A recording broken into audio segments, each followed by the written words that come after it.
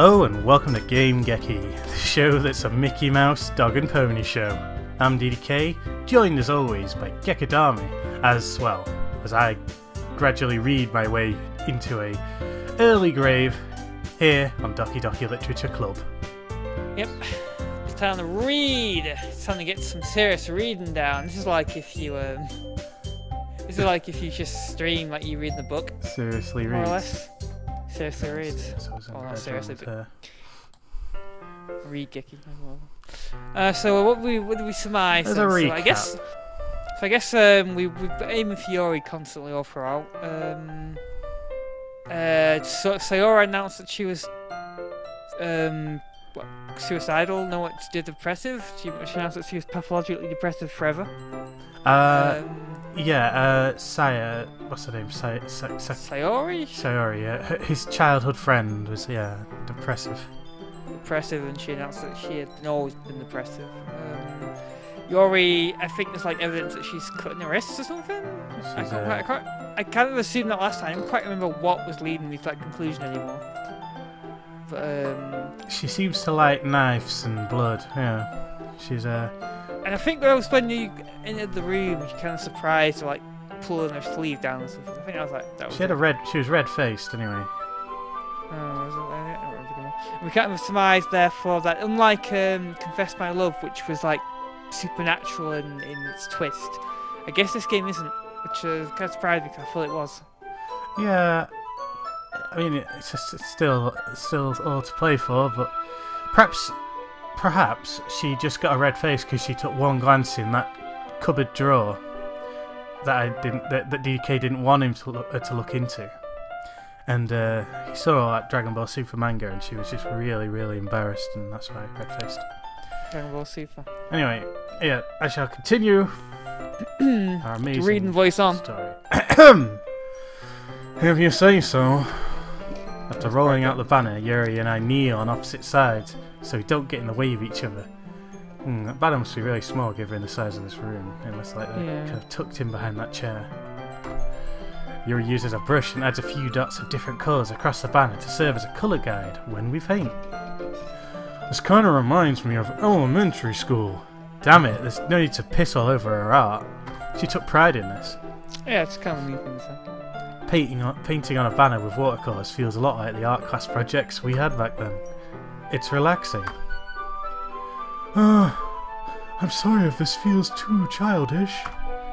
No, I didn't mean that at all. It's kind of fun, you know. Yeah, it is fun. I'm glad you feel that way too. Yuri stops painting for a moment, thinking to herself, Jesus, stop slacking. For me, I don't need to go out and do crazy things to have fun. In fact, I usually don't even want to. I just like when I can spend time with one other person. Even if it's something simple like reading, it doesn't even matter. If we don't talk much, just having a friend next to me makes things feel a little bit nicer. I think that's all it takes for me to be happy. Is that so? Even if Yuri and I are quite different, I can understand where she's coming from, as you're saying that DDK is all about the sick nights out and partying. I guess so, yeah. I guess he is a student. His house is probably a proper frat house. Flop house. Frat house. Oh, flop house, a frat house. I feel the way about things like anime and games and Dragon Ball Super, where simply sharing the experience with someone can make me happy. I think I feel the same way, if it'll get me somewhere. Yuri smiles gently. I knew you'd understand. Yuri leans over the banner to grab an unused paintbrush, but I move at the same time, causing my head to bump into hers. Oh! Ugh. Kaya? I'm sorry. I was really careless. Yuri reels back, and I quickly lift my hands in surprise. Are you hurt? No, I'm not hurt. It just startled me, that's all. Sorry, I should have asked you to get it for me. It's not your fault. Ah, your face. There are droplets of paint on Yuri's face and neck. They're white. Is there something on my face? Yeah, I accidentally got paint on you. Sorry. It's totally my fault. I'll get a towel right away. Grab the towel! I rush out, fetch a small towel, and I dampen it with hot water. Just to wait in real time though. I return to my room and kneel back down in front of the hole in the mansion. Grab the towel! Grab down in front of her. Oh, cool. Here. I pat down Yuri's face with the neck and the towel. Is something wrong? It's hot. I just didn't expect it. Sorry. Damn it. Wouldn't you be sick to death of him saying sorry by now? He says sorry a lot, doesn't he? He really does. Jesus Christ. I didn't want to use cold water. Having finished, I start to retract my hand. But Yuri suddenly holds my wrist. Wait. Huh? Say, huh? Just for a little longer. It feels really nice. I keep my hand still against Yuri's neck. She looks deeply into my eyes. It's an intense expression I recognise from when she reads her books. Stop reading me like a book. Almost as if she's lost in a daze, enveloped by her own thoughts. She breathes gently, half through slightly parted lips. What is happening? What the hell?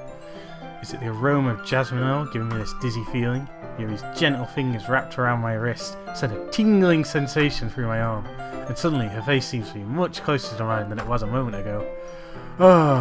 Looks the same image. Yuri slowly pulls away. Sorry, I've been feeling a little lightheaded today. I didn't mean to space out. That's fine.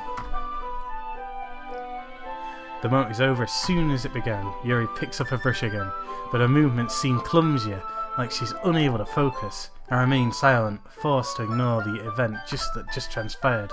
I hesitantly retrieve my own brush and continue following Yuri's example. That should do it. I finish filling the night sky with white dots that look like stars. Looking at the banner as a whole, it's very pretty and natural looking. I think it came out better than I expected. I'm really happy with the result. Yeah, me too. Are you going to add the lettering now? Not yet. It needs to dry first. That's true, but won't that take a while? Well, perhaps it would be best to leave it here then, and you bring it in the morning. I could do the lettering in the classroom before our event starts. Is that okay? That's totally fine. Wonderful. In that case, I don't think there's anything more for us to do here. Well, you know. I'm here, you're here. Phew. You say that like you're glad it's over. Was I wrong to assume that you're at least enjoying yourself a little bit? I was gonna say sorry. No, it's not that. I'm just glad we managed to get everything done. I see. I am too.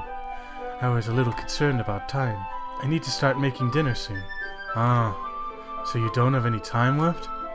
I was sincerely hoping I would have extra time after finishing the work. Well, Yuri thinks to herself, guess I could eat ramen. I think it would be too irresponsible for me to wait much longer. I'm sorry. I was hoping there would be more time as well. It's probably my fault. Sorry for being such a slow worker. No, it's not your fault at all. We need the sound effect from South Park. I'm sorry! I'm sorry! Sorry! I need to shit, I'm sorry! But you know, we can play it every time he says it, because it's so annoying I keep saying it. Sorry. And it's like, I guess a lot as well. I guess. He's not sure about himself. Alright, I tend to write, I guess, a lot when I'm kind of typing something that long, but I don't really say it much. I guess. And the important thing is that we got everything done, right? Yeah. So, I shouldn't be disappointed or anything. Gathering all the things, Yuri seems to look a little downcast. I understand why. It sounds like she rarely gets the opportunity to spend time with friends in a relaxed environment, but that doesn't mean this is the last time it can happen. Once Yuri packs up, I walk her out the front door. Thank you very much for having me today. No problem. I'm glad I was able to help. Just let me know if there's anything else you need me to bring tomorrow. I will. Well then, and then like she actually texts him at 10 o'clock at night and he's like, crap, I've got to go to the 24/7 shop. What? Those amazing vending machines. Hopefully everything's there to get whatever she needs. Well then, Yuri fidgets. Damn it, you need a fidget spinner? Here, I got one for you. Isn't it amazing how... Oh, you still have one. Just was about to say, isn't it amazing how we don't hear about these things anymore? Guess I'll see you tomorrow. The craze has died down, the fad is dead. Craze is over. How long did that last for? Like a month? Yeah. Wait. I kind of say that without thinking. About today. It's fine we didn't have as much time as we wanted. Because we could do this again, whenever you want. You can come over, or we can go out somewhere. Ah, I forgot you don't like going out much. As I stumble over my words, Yuri simply smiles bashfully. Anyway, you know what I'm trying to say, so... Anyway? What do you mean, anyway? You're very thoughtful, DDK. Yuri takes a step closer to me and briefly squeezes my hand. I kind of like that about you. Well, how am I supposed to respond to that? But I don't Stretch his asset onto the screen. Your pixelated face. I can't get enough. A chance Sherry suddenly pulls back. Whoa! She jumped back. Sayori? Huh? So it's meant to be in first person view. It's kind of She's wearing her pajamas again. Look. Oh wait, it's just a. Is she wearing underpants? No, they're weird. Shorts. Denim shorts, but they do have like frills at the bottom though. Yeah. Hi, DDK. Sorry. Just now, we weren't... It's okay, DDK.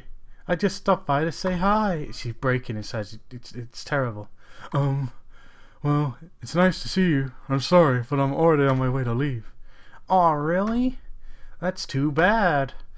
I'm sorry. But we'll all be together at the festival tomorrow, so that's fine, right? Of course. Sorry, beams. Yeah, so I'll see you tomorrow. Fleas off. Barris, get your in off. Sorry, waves goodbye after her. Sayori, I thought you didn't want to come over today. Well, I tried staying in my room, but my imagination was really being mean to me. So I had to come here and see it for myself. See what? What are you talking about? You know, how much fun you were having with Yuri. You could have come earlier then. I mean, we were taking ages doing this. And how much close you got to her. It makes me really happy that you've made such good friends. That's all that matters to me.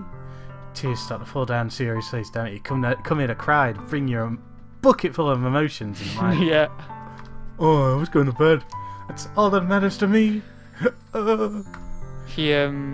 So she essentially never told you about depression ever, but now that she's told you, God, she's gonna fucking lay that shit at your doorstep whenever she can. DDK owns this now.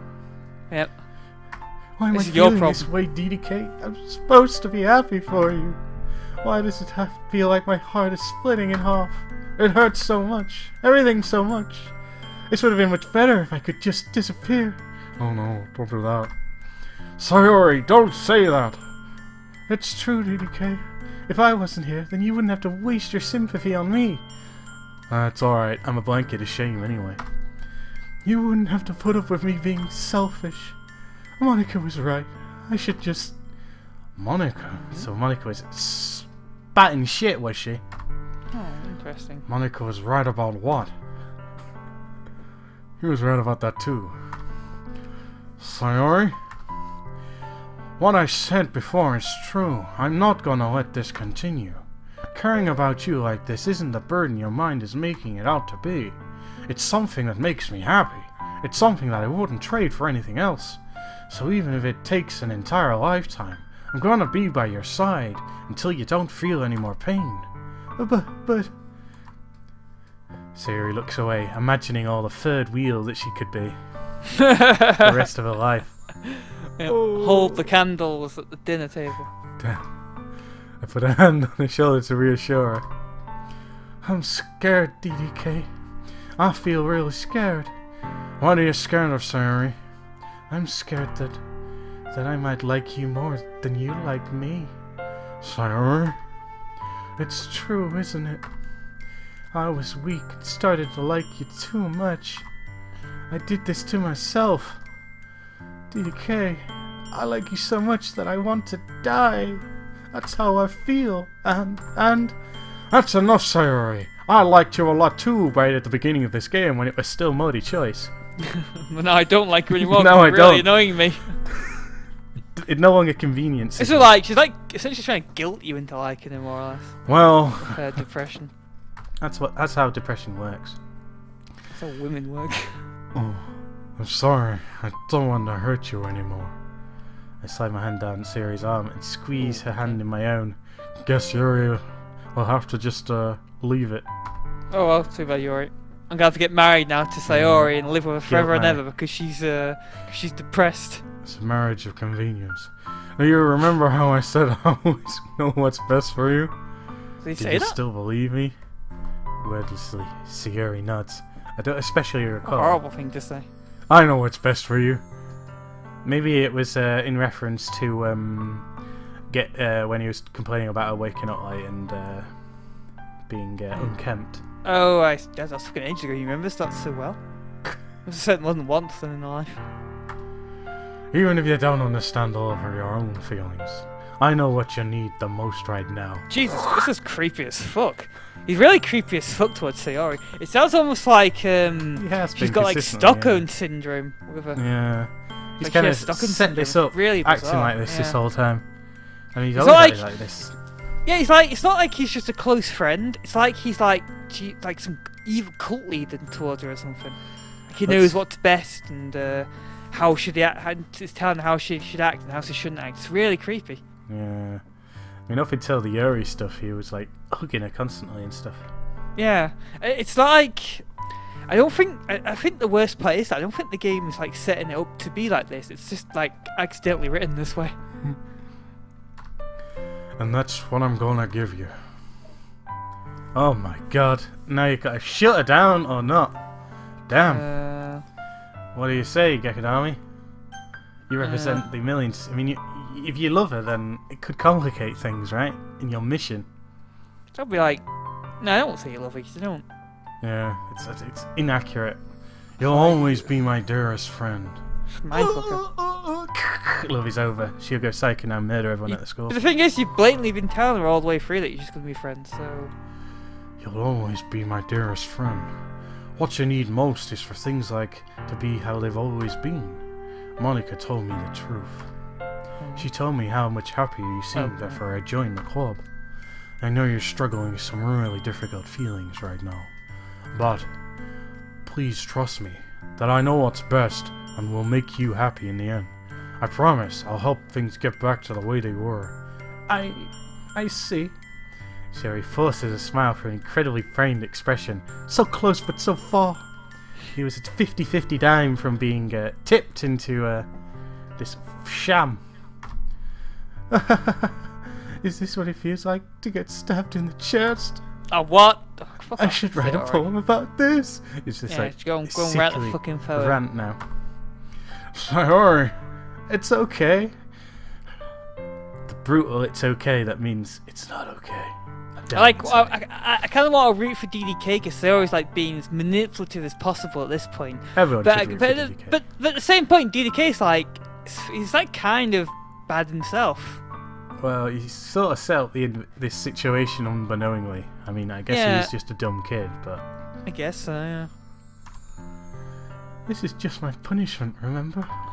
For being so selfish. So please, please don't worry about these stupid feelings. It'll all be over tomorrow. What? Nothing. I know you're right. I knew this whole time that there's no happiness down that path. Oh no. That's why I came here. Just so I could get the answer I needed to hear. And the other thing, you're also right that I just want to get it back to the way it was. I realize that now. You really do know me better than anyone, DDK. I'd trust you with anything. Anything at all. So... Sherry's smile finally breaks. All of a sudden she turns around and drops to her knees. Ah! Look, she's turning into a Super Saiyan. I think I got a sound effect in here for this somewhere. Maybe this one? Yeah, that'll do. Cool, scream of terror. But, Clutching her head with both hands, she screams as loudly as she can. Damn. This situation is getting out of hand. I'm so shocked I don't know how to react. I need an adult. I need an adult. So it looks over her shoulder and flashes me one more weak smile before turning around and running up. Sorry, she's not in a good place. Well, she's like the Grey Fox style breakdown. Ah! Did she bang her head against the wall to try and stabilise? I Oh! guess she's good. You know, at one point, yeah. Damn. I'm left helplessly standing in front of my house. Why am I feeling so horrible about this? There's nothing more I could have done. There's one thing you could have done. The most I can do is support your sorry for her feelings and help her on the path that's right. Go after her, right? But I'm having as much trouble understanding Suri's feelings as she is, and it's going to be really hard to read the next chapter of Dragon Ball Super like this. Even though I can comfort her, I keep wondering if I should be doing something more or something different. I know these thoughts will continue to plague me until things are back to the way they were. I'm gonna give it everything I've got. Suri will always be my dearest friend. I mean, I guess it's kind of hard to undo a sensation of love. It's probably not going to happen. I mean, sure, right? But you don't try and guilt people until then you have to by talking about like how you're being punished and whatnot. The only way that you'd get this fixed is if you're able to fix her up with another, like, someone else. That would not be a good idea. You know, you have to redirect the emotion, right? Fix her with Monica, because there's no other male characters in this game, or in this world, or any adults for that matter. A girl can fall to her knees and scream at the top of her lungs in the street. No one even bothers. And you know, no one comes out of the house or anything. Perhaps this is all a simulation. I'll do whatever it takes to put a smile on her face every day. So it's the day of the festival. I guess I went to bed though. Yeah, Right, I'm fucking knackered now. You read some more whatever the fuck it's called. He went to after spending the day with Yori, he went to spend the night with some Yori too. Whoa. Of all days, I expected this to be the one where I'd be walking to school with Sayori. Well, you better go to her house then, right? But Cherry isn't answering her phone. I considered going to her house to wake it up, but decided that's a little too much. Do you reckon Sayori is taking it too far? Meanwhile, the preparations for the end should be nearly complete. The bunny area I painted is dry, and I gently roll it up to take with me. She sent me with... Nah, it's not America. A school samurai sword attack. Oh, there's that game called Yandere Simulator where Well, I guess so, yeah. You play as a woman that goes bad and goes on a rampage. It's a weird game. Yeah, it's pretty cool though. I've seen that, yeah. She sent me the pleasant text reminding me not to forget anything, and I reassured her. Funnily enough, I probably feel the same way as Natsuki about the event. I'm more excited for it to be over, so I could spend more time with Sayori and Yuri at the festival. But knowing Monica, I'm sure the event will be great too. DDK! You're the first one here! Thanks for being early! That's funny. I thought at least Yuri would be here by now. Monica's placing little booklets on each of the desks in the classroom. This must be the one she prepared that has all the poems we're performing. In the end, I found a random poem online that I thought Monica would like and submitted it. So, these poems that they've had no time to rehearse or anything, they just have to quickly memorise it and quickly go out and do it. Yep. Damn. That or they could just read it in front of people and they're like, the way is, and mumble. Well, they're all expert narrators and text, so you know they'll all get it in the first round. So that's the one I'll be performing. I'm surprised you didn't bring Sayori with you. Yeah, she overslept again. That dummy. Whoa. You'd think on days this important, she'd try a little harder. Jesus Christ, he putting doesn't it get down it at for? all. What the fuck? He knows What's wrong with exactly him? why she's been sleeping in now. Try a little harder. Jesus Christ, he has no soul. What is wrong with him? It's like, it's so bizarre. It's like setting him up to be the bad guy in some way, but I'm sure it's just accidentally written like this. I'd say that, but I suddenly remember what Sayori told me yesterday, Oh. and suddenly I feel awful, knowing it's not nearly that simple for her. That's like that's like really weird. It's like he said that like start of instinct, like yes, this sheer built up. She's like this like natural. What's the word? Just like I can't think of the word now. Resentment. That's the word. Resentment for her lateness and the way she is. And he kind Yeah. of said that naturally, but now he's like, oh wait, suddenly I remember now. All that shit that happened yesterday. All that what, you shit forget where about she that? fell to her knees and screamed. I mean, you In don't the street, yeah. you don't just go, oh yeah, I forgot about that. Oh yeah, I forgot about that. Dude, I I mean, was too busy distracting myself with Yuri and Yuri. I kind of put that down to shoddy writing in this game, to be honest, more than anything. But maybe I should have gone to wake her up after all. No shit. Oh, he She- didn't. He didn't wake He her up did because go to her house now. he didn't do that because he forgot. Then I guess. Well, he rang her, but she didn't answer. You should take a little responsibility for a DDK. Like, a little bit. Look, just the slightest bit. I mean, especially after your exchange with her yesterday. What? Well, I guess this guy... I guess they talk. You kind of left her hanging this morning, you know. Exchange? What? I didn't talk to her. Oh wait, I did. Is he denying all responsibility? Monica, you know about that? Of course I do. I spy on you. I'm the full president after all. Okay. But I stammer, embarrassed. Did Shuri really tell her about it that quickly? About how I basically turned down her confession. That makes me really seem like the bad guy here. But I'm the one who knows what's best for her, right? Jeez, you don't know the full story at all, so... Look at him trying to backpedal his way out of this hole he's dug himself in. Don't worry, as long as you do this club right, I don't give a shit. I probably know a lot more than you think. Huh? Monica's being as friendly as usual, but for some reason I felt a chill down my spine after hearing that. Whew. Hey, do you want to check out the pamphlets? They came out really nice. Yeah, sure. I grab one of the pamphlets laid on the desks. Oh yeah, they really did. Something like this will definitely help the people take the club more seriously. Yeah, I thought so too. I flipped through the pages. Each member's poem is neatly printed out on its own page, giving it an almost professional feel. I recognized Natsuki and Yuri's poem from the ones they performed during our practice. What's this? What is this? I flipped to Sayori's poem. It's different from the one she practiced. It's one that I haven't read before. Oh my god. Get out of my head! Get out of my head! Why don't you Get publish out this? of my head! I won't read that every time. No, yeah, different. Changes here though. Get out of my head before I do what I know is best for you. Get out of my head. I listened to everything she said to me. Get out of my head before I show you how much I love you. Get out of my head before I finish writing this poem. But the poem is never actually finished. It just stops moving.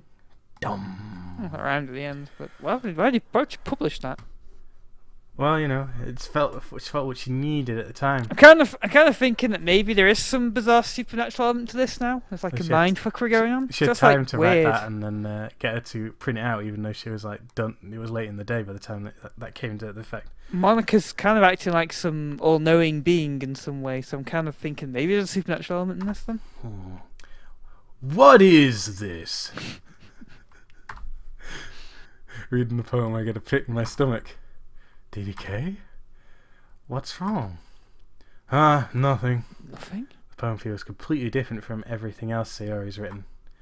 But more than that, I changed my mind. I'm going to get Sayori, so... well, alright. Try not to take too long, okay? I quickly leave the classroom. Don't strain yourself, Monica calls out after me. I quicken my pace. What was I thinking? I should have tried a little bit harder for Sayori. It's not a big deal to at least wait for her or help her wake up. Even the simple gesture of walking to school makes her really happy. Besides, I told her yesterday that things will be the same they've always been. Damn it, he's good at that then. That's all she needs. That's all I want to give her. I arrive at Sayori's clone house. You've seen all the sets now. Yeah, all that remains is the bedroom set. No, it's 2 bedroom sets actually. I reach Sayori's house and knock on the door. I don't expect an answer since she's not picking up the phone either. Like yesterday, I opened the door and let myself in. Sayori? She really is a heavy sleeper. I swallow. I can't believe I ended up doing this after all. Waking her up in her own house. Isn't this something like a boyfriend would do? How old is she? Where are her parents? In any case, her parents obviously weren't concerned about all this. Right. It just feels right. Outside Sherry's room, I knock on the door. Sayori? Wake up, dummy. There's no response. I really didn't want to have to enter a room like this. Isn't it a kind of a breach of privacy? But she really leaves me no choice. I mean, there's some things you might regret opening the door at this point. I gently open the door. Oh no. Well, the FBI said don't leave Sayori hanging, right? Yeah, So, oh yeah, there's a clue. cool, right? You spoiled it for us. I can't believe she's seen that would happen to you. Just play background.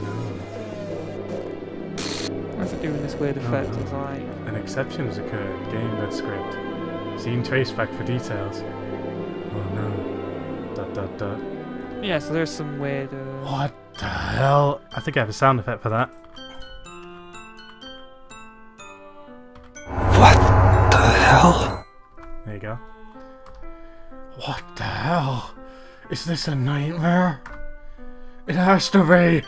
This isn't real. There's no way this can be real. Sayori wouldn't do this.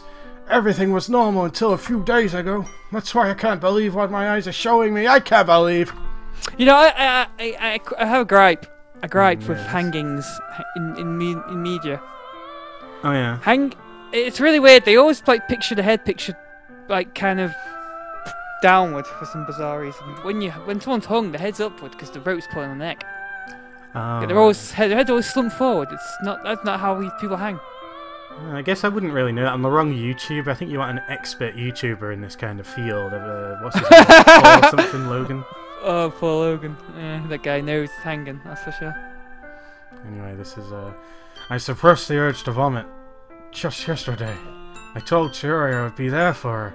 It's a very dark and terrible outcome. I told her that I knew what was best and everything will be okay. Kind of makes Monica's reactions more creepy. Then why? Why would she do this? How could I be so helpless? What did I do wrong? Turning down her confession. It has to be what pushed her over the edge. Her agonized scream still echoes in my ears. Why did I have to do...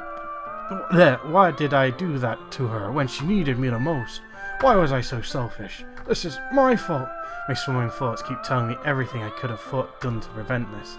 If I just spent more time with her, walked her to school, and gave her what I know she wanted out of the relationship, then I could have prevented this.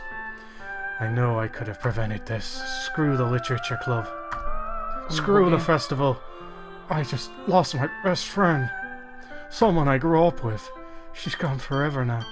Nothing I can do can bring her back. This isn't some game where I can just reset and try something different. I had only one chance, and I wasn't careful enough. And now I'll carry this guilt with me until I die. Nothing in my life is worth more than hers. But I still couldn't do what she needed from me. And now, I can never take it back. Never, never, never, never, never. Oh, okay. End. Well, that was a beautiful tale. Oh god, it's all weird now. I guess. So, do I click that glitch? Yeah? Look, look, we destroyed the character on the screen, right? Yeah, but not. Proper weird. What's that Sayori? No, look, she's intermingled with all the other characters for some bizarre reason. They're all pieces of the other characters in it. Let's see what happens quickly. Hopefully it won't be a new game. Oh. Kidding. Oh, the music's all weird as well. I see an annoying girl running towards me in the distance, waving her arms in the air. She's totally blues, so that's how it is. This girl is my neighbour. Good friend since we were children. You know the kind of friend you see making yourself today. It kind of works out that we know each other for so long. We went to school together these. So this is the same text as before. It's the whole game, but now she's like... Is she gonna like appear as a pixely mess as well when you see her? I guess so. I almost feel better off running away. However, just staying idle in front of the crosswalk and let her catch up to me. Whoa. Yeah. That's weird, isn't it? Oh, the whole game is... It's an ordinary school day like any other. Music usually the worst, being surrounded by couples and friends. Groups walking to school together. Meanwhile, I've always walked to school alone. I always tell myself it's about time I meet some girls or something like that. but I have no motivation to join any clubs. I'm perfectly content just getting by on the average while spending my free time on games and anime. There's always the anime club, but it's not like there would be any girls in it anyway. Huh, so now she's just not in your life anymore. The school day is ordinary as ever, and it's over before I know it. I've seen this background before. I think it was a long time ago. Different angle of the same classroom, right? After I pack up my things, I stare blankly at the wall looking for an ounce of motivation. Clubs! There really aren't any that interest me. Besides, most of them would probably be way too demanding for me to deal with. I guess I have no choice but to start with the anime club. DDK? Oh man. Monica? Oh my goodness, I totally didn't expect to see you here. It's been a while, right? So it's like destiny that you joined the literature club. Come looking for her. Can't send an agent out anymore, so she had to do it herself with her own dirty work. She kind of seemed like she was the avatar of this, so maybe she's like that demon thing. Maybe she's like that thing from the other game that was like the avatar. Yeah, the angel thing. Yeah. Oh, it was the devil, wasn't it? The devil, yeah. Monica smiles sweetly. We do know each other. Well, we rarely talked, but we were in the same class last year. Monica was probably the most popular girl in class too. Smart, beautiful, athletic. Basically completely out of my league. So, did you have to like go for Monica, for what's her name, to get through this sort of lot? I mean, if you'd kept her happy, would have no one died, or would have something else happened that resulted in a brutal ending? So having a smile, I guess the only way she wouldn't have died is if he went to Sayori then, right? Maybe someone else would have died in that case then. Genuinely feels a little... What did you come here for anyway? Oh, I've been looking for some supplies to use for my club. Do you know if there are any construction paper in here? Or markers? I guess I could check the closet, but I'm not going to ask about your club. I have zero interest. You're in the debate club, right? About that. Actually, I quit the debate club. Really? You quit? Yeah. To be honest, I can't stand all the politics around the major clubs. It feels like nothing but arguing about the budget and publicity and how to prepare for events. I'd much rather take something I personally enjoy and make something special out of it. In that case, what club did you decide to join? Actually, I'm starting a new one. A literature club. Literature? That sounds kind of dull. How many members do you have so far? It's kind of embarrassing, but there are only 3 of us so far. Only 3 of us remain. It's really hard to find new members for something that sounds so boring. Well, I can see that. But it's not really boring at all, you know. Literature can be anything. Reading, writing, poetry. I mean, one of my members keeps a manga collection in the club room. Wait, really? Yeah, it's funny, right? She always insists that manga is literature too. Of course it isn't. It's the devil's own work. I mean, she's not wrong, I guess. Besides, a member is a member, right? Did Monica say she? I guess I better join. Hey, DDK, by any chance are you still looking for a club to join? I mean, I guess so, but in that case, is there any club? Any chance you could do me a big favor? I won't ask you to join, but if you could at the very least visit the club, it would make me really happy. Please? Well, I guess I have no reason to refuse. Besides, how could I ever refuse something like Monica? Sure, I guess I could check it out. Haha, awesome! You're really sweet, DDK, you know that? That's nothing, really. Shall we go then? I'll look for the materials another time. You're more important. And thus, today marks the day I sold my soul to Monica for an irresistible smile. I timidly follow Monica across the school and upstairs, a section of the school I rarely visit, being generally used for third-year classes and activities. Monica, full of energy, swings open the classroom door. I'm back! So I brought a guest with me. First, no? Girl 1. She's girl 1 again. A guest? Seriously? You brought a boy? Let's kill the atmosphere.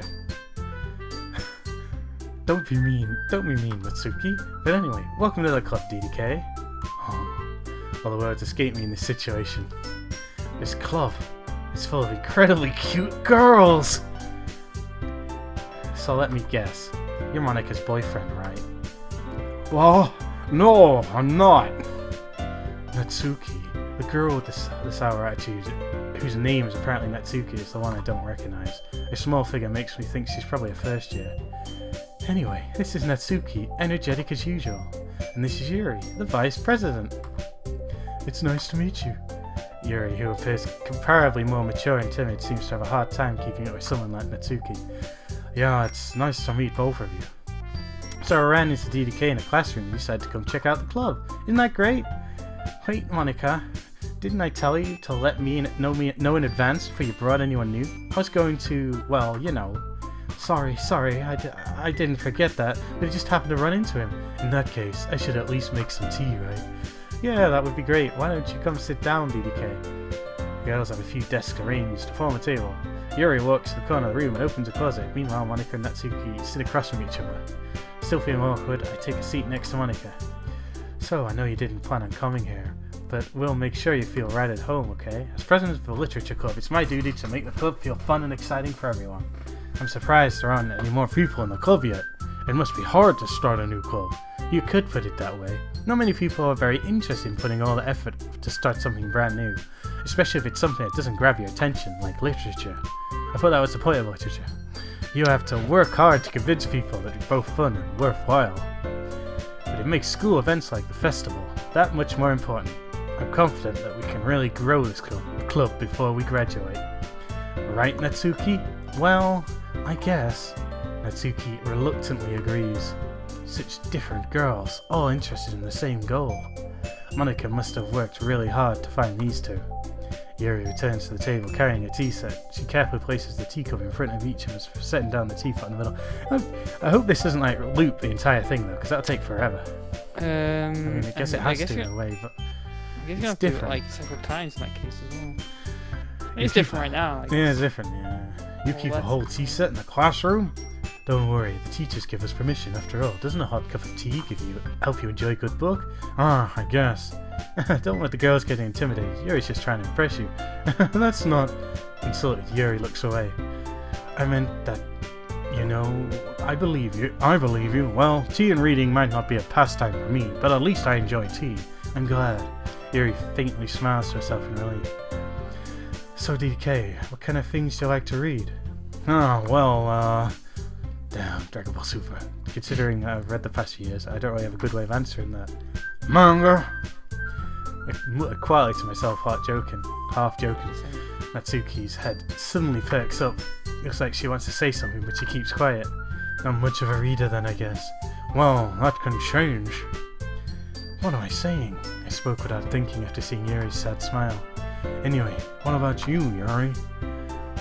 Well, let's see. Yuri traces the rim of the teacup with her finger. My favourites are usually novels that build deep and complex fantasy worlds. The level of creativity and craftsmanship between them is amazing to me. And telling good stories of such a foreign world is equally impressive. Yuri goes on, clearly passionate about her reading. She seems so reserved and timid. Since the moment I walked in, it's obvious the way her eyes light up that people find a comfort in the world of books, not people. You can see in the chat someone called Zeninga said hello. Hello! That was ages ago though. Oh, right. You know, I like a lot of things. Stories with deep psychological elements usually immerse me as well. Isn't it amazing how a writer can take deliberately advantage of your own lack of an imagination to completely throw you for a loop? Anyway, I've been reading a lot of horror lately. I read a horror book once. So this conversation is the same as before. This is like the same. I desperately grasp something to relate at the minimal level. At this rate, Yuri might as well be having a conversation with a rock. Haha, DDK, I'd expect that from you, Yuri. It suits your personality. Is that so? Really? If a story makes me think or takes me to another world, then I really can't put it down. Surreal horror is often very successful at changing the way you look at the world, if only for a brief moment. I hate horror. Oh, why is that? Well, Natsuki's eyes dart over to me for a split second. Never mind. That's right, we usually like to write about cute things, don't you, Natsuki? What? What gives you that idea? You left a piece of scrap paper behind in the last club meeting. It looked like you were working on a poem called Don't Say It Out Aloud! Give it back! Fine. Natsuki, you write your own poems? Well, I guess sometimes. Why do you care? I think that's impressive. Why don't you share them sometime? No. Natsuki averts her eyes. You wouldn't like them. Not a very confident writer yet. I understand how Natsuki feels. Sharing this level of writing takes more than just confidence. The truest form of writing is writing to oneself. You must be willing to open up your own readers, exposing your vulnerabilities and showing the deepest reaches of your heart. Do you have a writing experience too, Yuri? Maybe if you share some of your work, you could set an example and help Natsuki feel comfortable enough to share hers. I guess if it's the same for Yuri. We all sit in silence for a moment. Hey, I just got an idea. How about this? Huh? Natsuki and Yuri look quizzically at Monika. Let's all go home and write a poem of our own. The next time we meet, we'll share them with each other. That way, everyone is even. I mean, I thought it was a good idea. Well, I think you're right, Monika. We should probably start finding activities for all of us to participate in together. I did decide to take the responsibility of Vice President, after all. I need to do my best to nurture the club as well as its members. Besides, now that we have a new member, it seems like a good step for us to take. You agree as well, DDK? Hold on there. There's still one problem. What's that? Now that we've reached the most important topic, I'd bluntly come forth with what's been on my mind the entire time. I never said I would join this club. Monika may have convinced me to stop by, but I never made any decision. I still have other clubs to look at, and the manga club's looking pretty sweet. I lose my train of thought. All three girls stare back at me with dejected eyes. But I'm sorry, I thought, Huh? The girls exchange glances before Monika turns back to me. I guess I need to tell you the truth, DDK. The thing is, we don't have enough members yet to form an official club. We need 4, and I've been trying really hard to find new members. If we don't find one more before the festival. Oh, I'm defenseless against these girls. How am I supposed to make a clear-headed decision when like this? How's that going to work if another one of them dies then? I guess that would be the end of the game, surely, in logic. That or they have some kind of misfire in the last one. I'd feel terrible unless they murder me. I would feel terrible for letting everyone down in this situation. And besides, the club itself seems pretty relaxed. Unless all the other options, the girls that you precede have like murdery. Besides, the club itself seems pretty relaxed. So I've written the poems, the price I need to pay in order to spend every day with these beautiful girls. Right. Okay, I've decided then. I'll join the literature club. One by one, the girl's eyes light up. Oh my goodness, really? Do you really mean that, DDK? Yeah. It could be fun, right? You really did scare me for a moment. I mean, if it's just really if you really just left after this, I'd be super pissed. DDK, I'm so happy. We could become an official club now. Thank you so much for this. You're really amazing. I'll do everything I can to give you a great time, okay? Ah, thanks, I guess. Okay, everyone. I think with that, we can officially end today's meeting on a good note. Everyone remember tonight's assignment. Write a poem to bring the next meeting so we can all share. Monika looks at me once more. DDK, I look forward to seeing how you express yourself. Yeah. Can I really impress the class star Monika with my mediocre writing skills? I already feel the anxiety welling up in me. Meanwhile, the girls continue to chit-chat as Yuri cleans up the tea set. I guess I'll be on my way then. Okay, I'll see you tomorrow then. I can't wait. Now that you're officially on the roster, they just don't care about you anymore. That's it, you're all signed up. With that, I depart the club room and make my way home. The whole way my mind wanders back and forth between the 3 girls. Damn, damn, damn! Natsuki, Yuri, and of course, Monika. Will I be really happy spending every day after school in a literature club? Perhaps I'll have the chance to grow closer to one of these girls. Alright, I just need to make the most of the circumstances, and I'm sure good fortune will find me. I'm sure that starts with writing a poem tonight. I gently open the door, someone said in the chat now. You've unlocked a special poem. Would you like to read it? Sure. Yeah, sure. Well, that's my favourite kind of poem. So there's only those 2, so I don't really know. Should we go for Yuri again? Or? Yeah, why not? So now we know that Yuri likes dark stuff. Dark stuff. Complicated words. Complicated words as well. tricky, this one. Forgive. Hopeless. Philosophy. Incongruent. Intellectual. Ambient. Pressure. Misfortune. Get them all. Raindrops. So you can get a perfect. This one's tricky. Memories. Oh. Oh, not perfect. Not a full house. A full Yuri house. Destiny.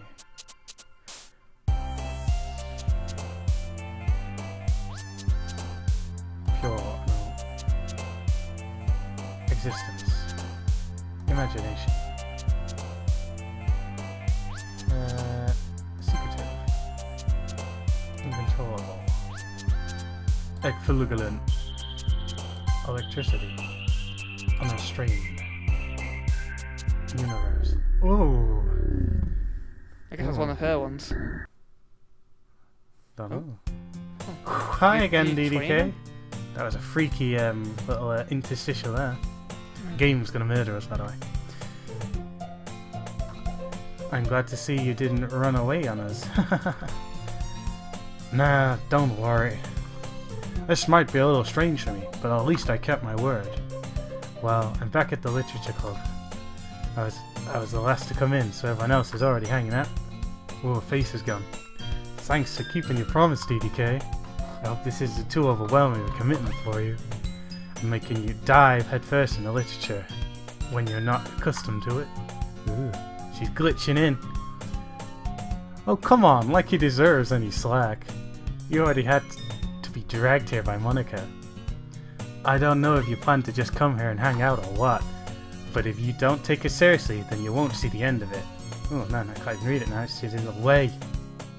Certainly, Big Mouth persona keeps the manga collection a thing, huh? Let's see if you find yourself stuck between saying Monica and manga. Manga is literature. Swiftly defeated, Natsuki pops back into a chair. I'm sorry, DDK. We'll make sure to put your comfort first, okay? Yuri shoots Natsuki with a disappointed glass. Anyway, you can hear the music going blah, blah, blah, blah, blah, blah, kind of just glitching out of it. Now that you're in the club and all, perhaps you might have interest in picking up a book to read. Well, I really can't say no either way. Like you said, I'm in this club now. It only feels right for me to do something like that if you ask. Wait, I didn't mean it like that. If you don't really want to, forget I said anything, I guess. Ah, no, it's not that, Yuri. I want to try to be a part of this club, so even if I don't read it often, I'd like to pick up a book if you wanted me to. Are you sure? I feel just like, well, as vice president and all, that I should be helping get started on something you might like. Yuri reaches into a bag and pulls out a book. I didn't want to make you feel left out, so I picked out a book that I thought you might enjoy. It's a short read, so it should keep your attention even if you don't usually read. And we could, you know, discuss it if you wanted. This is how is this girl accidentally being cute? She even picked out a book that she thinks I like, despite me not reading much. Yuri, thank you. I'll definitely read this. I'm pleased I accidentally take the book. Phew. Well, you can read it at your own pace. I look forward to hearing what you think. So is Yuri being really forthcoming now because like this happened before as well? Is it because you mostly picked her words then, or is it just like it's like Yuri constantly on you? Perhaps he always gives you a book because you need a book or something. But like all throughout, she's constantly like more forthcoming than the other girls. I wonder if Yuri's. I don't know. Yuri seems like another candidate for suicide if you go for another girl, or maybe murder. Actually, probably murder. But you see, going for Yuri for something like that. Now that everyone's settled in, I expect Monica to kick off some scheduled activity for the club. That doesn't seem to be the case. Damn it, piece of crap club. Yuri's face is already buried in a book. I can't help but notice her intense expression, like she was waiting for this chance. Meanwhile, Natsuki's rummaging around the closet. Guess you better just read the book on your own then. I'm really curious to talk to Yuri a little bit more. At the same time, I feel bad for distracting her from reading. I catch a glimpse of the cover of the book. It looks like the same book she lent me. More than that, she seems to be on the first few pages. Oh, crap. I think she noticed me looking at her. She sneaks another glance at me and her eyes meet for a split second. But that only makes her face hide a face deeper in a book. Sorry, I was just spacing out, and with this sensing I made her uncomfortable. Oh, it's fine. If I was focused, I probably wouldn't have noticed the first place. But I'm just rereading this bit, so... That's the book you gave me, right? Oh, I wanted to read some of it. Not for any particular reason.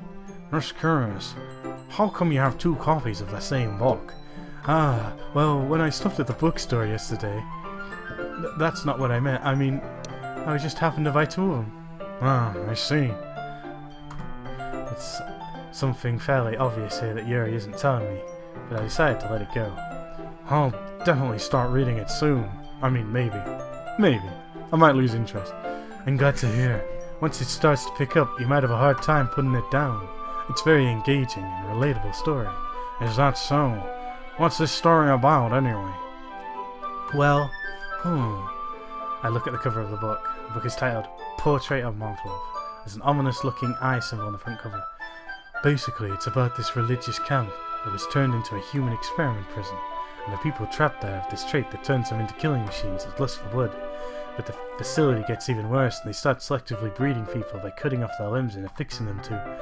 Oh, this might be a bit of a spoiler, but anyway, I'm really into it. That's not the same book. That's where it was. It's a different book this time. Well, it was still called that Markov thing, right? I don't know. Is With that the real eye book on. portrait? But maybe the subject matter is slightly different. The description's definitely different, that's for sure. Maybe she described it in a more neutral way last time. She probably didn't go into as much detail now. The book, I mean, not the things about the limbs. That's kind of... It's kind of dark, isn't it? Yuri made it sound like it was going to be a nice story, so the dark turn came from nowhere. Ah, are you not a fan of that sort of thing, DDK? No, it's not that. I mean, I can definitely enjoy these kinds of stories, so don't worry. I hope so. Yeah, I totally forgot about Yuri's into those things. She's so silent and reclusive on the outside, but her mind seems to be completely different. It's just that kind of story. It's the kind that challenges to look at life from a strange new perspective. When horrible things happen, not just because someone wants to be evil, but because the world is full of horrible people, and they're all worthless anyway. Damn. Then suddenly... I'm rambling, aren't I? Not again. I'm sorry. Hey, don't apologize. That wasn't weird at all. I haven't lost interest or anything. Well, I guess it's alright then. But I feel like I should let you know that I have this problem. When I let things like books and writing fill my thoughts, my whole body gets... I kind of forget to pay attention to other people. So I'm sorry if I end up saying something strange. And please stop me if I start talking too much. I really don't think you need to worry. That just means you're passionate about reading. The least I can do is listen. It's literature club after all. Do you reckon this game will be all shot block full of jump scares soon? I mean, it's still a big graphic novel. I can't really imagine them being too effective. That's true. In fact, I might as well get started reading it, right? Yeah, that was a jump scare, see? I mean, Jump scare. kind of. Are you scared? I'm scared. I mean, you don't have to, but... what are you saying? Let me just get back to the book. I quickly retrieve the book and get back into my bag. Alright, it's fine if I sit here, right? I sit next to it. I slip into the seat next to Yuri's. Oh, I'm really stalkerish now. Wasn't this the second time into the club novel? Yeah, I mean, it's obviously a lot quicker now that we're missing one person's arc. It seems to have skipped a day now. Are you sure? You seem a little apprehensive. I'm sorry. It's not that I don't want to, it's just something I'm not very used to. That is reading in company with someone. I see. Well, just tell me if you end up distracting you or anything. Alright. I open the book and start the prologue. I soon understand what Yuri means about reading in company. It's if I can feel a presence over her shoulder as I read. It's not a particularly bad thing, maybe a little distracting, but it feels like the feeling is somewhat comforting. Yuri is in the corner of my eye. I realize that she's not actually looking at her own book. I glance over. It looks like she's reading from my book instead. Sorry. I was just bathing in the feeling of your... Yuri, I really apologize. You really apologize a lot, don't you? Jesus, you want to talk. I do? I mean, I don't mean to. Sorry. I don't mean to. Here, this should work, right? I slide my desk until it's against Yuri's and I hold my book more between the two of them. I suppose so. Yuri timidly closes her own copy. Once we lean in a little bit, our shoulders are almost touching. I feel as if my left arm is in a way, so instead I use my right hand to hold the book open. I guess that makes it kinda difficult to turn the page. Here. Yuri takes the left arm and holds the left-hand side of the book between her thumb and forefinger. I do the same with my right arm on the right side of the book. That way I turn a page and Yuri slides it under her thumb after it flips to her side. But I'm holding it like this. We're huddled even closer than before. It's actually kind of distracting me. Yeah, I guess on the first day he slept for most of the day and then they did the poetry read. Yeah. It's actually kind of distracting me. It's as if I can feel the warmth of Yuri's face. She's in the corner of my vision. Are you ready? Huh? To turn the page. Sorry. I think I got a bit distracted for a second. I glance over at Yuri's face and our eyes meet. I don't know how I'll be able to keep up with her. That's okay. You're not as used to reading, right? I don't mind being patient if it takes you a bit longer. It's probably the least I can do, since you've been so patient with me. Thanks. We continue reading. Yuri no longer asks me if I'm ready to turn the page. Instead, I assume she's finished the page before me, so I turn it by my own volition. We continue the chapter in silence. Even so, turning each page almost feels like an intimate exchange. My thumb gently letting go of the page, letting it flutter over to her side as she catches it under her thumb. Hey, Yuri. This might be a silly thought, but the main character kinda reminds me of you a little bit. Huh?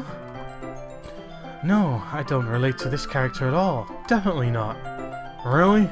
I was just thinking the way she second guesses things she says and all that. That's what you're talking about. Sorry. I thought you meant something else about her. About the blood. Something else? Never mind. We didn't even get that far yet, so I don't know why that came into my head.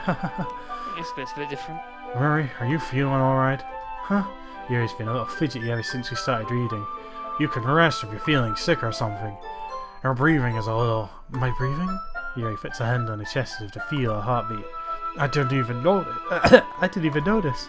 Anyway, I'm fine. I just need some water. Anyway, don't push yourself. Right. Yuri stands up and practically rushes out of the classroom. Oh, she didn't rush out of the classroom last time. What on earth was that about? No, it's different this time. DK? Did something happen just now? Huh? I have no idea. Yuri was acting a little strange, I guess. So you don't know anything? Sorry, I can't say I do. Are you worried about her? Oh, no, not really. I was just making sure she didn't do something. You didn't do something to her. No, nothing. Damn it, what kind of man do you think I am? Don't worry, I believe you, silly. Yuri just does this sometimes. It's nothing alarming. Alright, if you say so. Anyway, why don't we start with sharing our poems with each other? Huh? Shouldn't we wait for Yuri? Well, she might be a while, so I just figured we started without her. Is that okay? Yeah, I was just asking. I stand up. I make a mental note of where I left off in the book and I slip it back into my bag. Damn it, I forgot where I left off. Only got two choices. Who should I show my poem to first? I told Natsuki I was interested in her poems yesterday. It's probably only fair I shared mine with her first. Huh? DK, if you're not going to take this club seriously, then go home. Huh? Harsh. What do you expect me to believe? You actually put effort into this? You think I'm stupid? I'm not a writer. Maybe it's not very good, but yeah, I put in effort. We all start somewhere, right? If you're still proud of the first poem you ever wrote, then I'd like to read it. Huh? Painful to think about? Damn it. It just made her eat the words there. Fine. Well, sorry. You'll get better anyway. I tell you to improve, but you're better off just trying again. Fair enough. Oh, harsh. Well, to each their own, I guess. Anyway, I guess I gotta share mine now. Knowing you, you'll probably think it's stupid. and it's the eagles. same. Eagles can Oh, wait, fly. it's the same. People It's the can same try, but that's about it. Oh, but at this point, it's the same one. Yeah, I told you that you weren't gonna like it. I like it. What? Just be honest. I am. Why are you so convinced that I wouldn't like it? Well, because everyone in high school thinks that writing has to be all sophisticated and stuff, so people don't even take my writing seriously. But isn't the point of poems for people to express themselves? Your writing style wouldn't have made your message any less valid. Yes, exactly. I like when it's easy to read, but it hits you hard, like in this poem. Seeing everyone around you do great things can be really disheartening. So I decided to write about it. Yeah, I understand. But the other nice things about simple writing is that it puts more weight on the wordplay. Like I set up for a rhyme at the end, but then made it fall flat on purpose. It helps bring the feeling out, like the last time. So you did. I guess more went into it than I realized. That's what it means to be a pro. I'm glad you learned something. Don't expect that from the youngest one here, did you? Oh, guess not. I decided to humor her with that last comment. It seems like you've been humoring her constantly this entire conversation. I don't really care how old everyone is, but if Natsuki is feeling proud of it, I won't take that from her. Monica. Hi, DDK. Having a good time so far? Yeah. Glad to hear it. By the way, since you're new and everything, if you ever have any suggestions for the club, like new activities or things we can do better, I'm always listening. Don't be afraid to bring things up, okay? Alright, I'll keep that in mind. Of course, I'll be afraid to bring things up. I'm much better off just going with the flow until I'm more settled in. Anyway, want to share your poem with me? It's kind of embarrassing, but I guess I have to. Ha ha ha! Don't worry, DDK. We're all a little embarrassed today, you know. But that's sort of barrier that we'll learn to get past soon, all three of us. Yeah, that's true. I had Monica in my poem. Great job, DDK. I was going ooh in my head while reading it. It's really metaphorical. I'm not sure why, but I didn't expect you to go for something so deep. I guess I underestimated you. It's easiest to keep everyone's expectation low. Oh, did I say that? Sorry. That's why it always counts when I put in some effort. That's not very fair. Well, I guess it worked anyway. You know that Yuri likes this kind of writing, right? Writing that's full of imagery and symbolism. Sometimes, like Yuri's mind is totally detached from reality. I don't mean that shit's like a bad thing, though. But sometimes I get the impression that she's just totally given up on people. She spends so much time in her own head that it's probably a much more interesting place for her. But that's why she gets so happy when you treat her with a lot of kindness. I don't think she's used to being indulged like that. She must be really starved for a social interaction, so don't blame her for coming on a little strongly, like earlier. I think if she gets too stimulated, she ends up withdrawing and looking for alone time. Suddenly the door opens. Yuri! I'm back! Did I miss anything? Not really. Well, we all started sharing our poems with each other.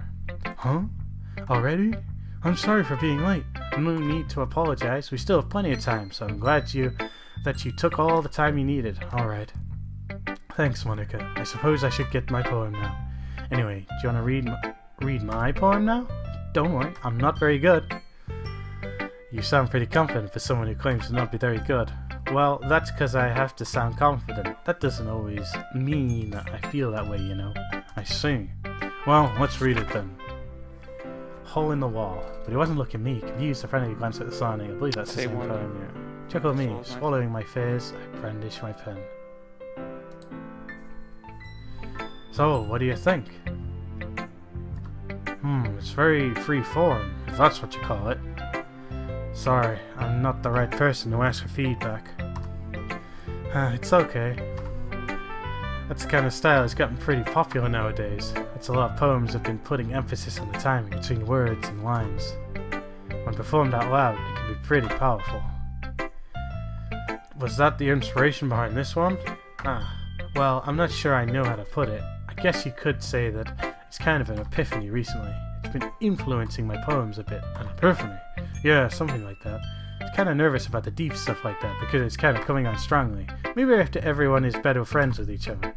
Anyway, here's Monica's writing tip of the day. Sometimes when you're writing a poem or story, your brain gets fixated on a specific point. If you try so hard to make it perfect, you'll never make any progress. Just force yourself to get something on the paper and tidy it up later. Another way, I think it's like this. If you keep your pen in the same spot for too long, you just grab a big puddle of ink. So move your hand and go with the flow. That's my advice for today. Thanks for listening. Now we can speak to Yuri. Sat staring at me as Yuri reads the poem and notice her eyes lighten. Exceptional. Huh? What was that? Did I say that out loud? Yuri's first covers her mouth and ends up covering her whole face. He's going to hit me. Huh? You really didn't do anything wrong, Yuri. I guess you're right. Why am I getting so nervous for? Yuri takes a breath. So, what kind of writing experience do you have? Your use of imagery and metaphors indicates you've written a lot of poetry before. Really? Wow, that's a huge compliment coming from you. This is actually my first time, really. Huh? Yuri stares at me blankly and stares at the poem again.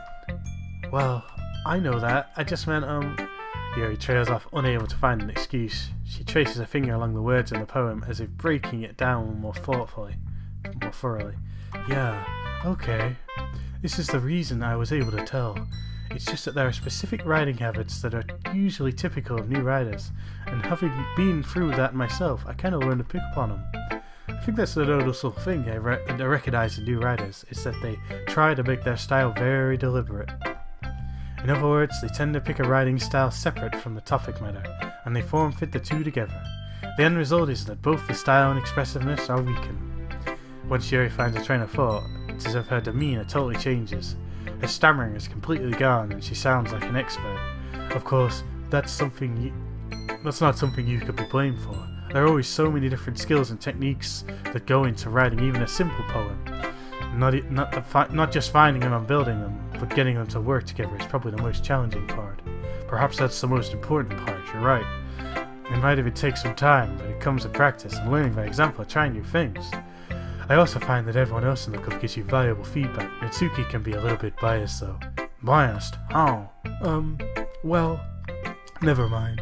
I shouldn't be talking about people like that. Sorry. It's fine. I'm not sure if Yuri is apologizing to her, to me, or to Natsuki. Do you mind if I read your poem now? Please do. I'd love to share my thought process behind it. Yuri smiles dreamily as if the rare opportunity for her. Which itself is kind of funny, after all. Isn't this supposed to be a literature club?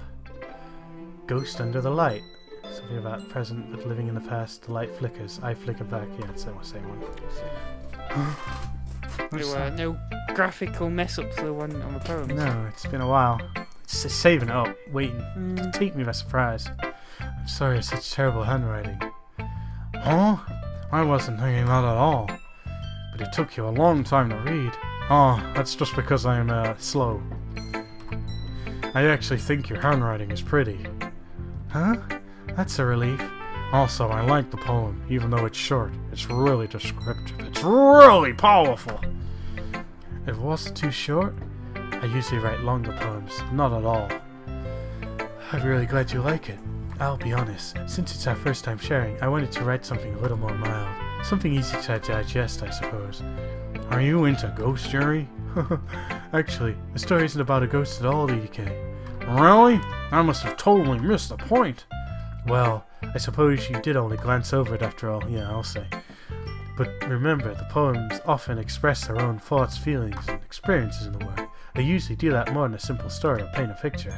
In this case, the subject of the poem is only symbolically compared to a ghost, lingering in a last remaining place of comfort, unable to let go of the past, and soon to be left with nothing. That's a lot more solemn, putting it that way. I hadn't even thought of that. That's impressive. Huh? It's nothing really. Yours was impressive too, so nah. If anything, I could probably learn a thing or two from you. You think so? Yeah, of course. You know, I was really nervous doing all this, but in the end I enjoyed it. I'm going to keep doing my best for you, DDK. Me too. Phew. I guess that's everyone. I glance around the room. That was a little more stressful than I anticipated, what with all the glitches and all. It's as if everyone is judging me for my mediocre writing abilities. Even that just being nice, there's no way my poems can stand up to theirs. This is a literature club after all. I sigh.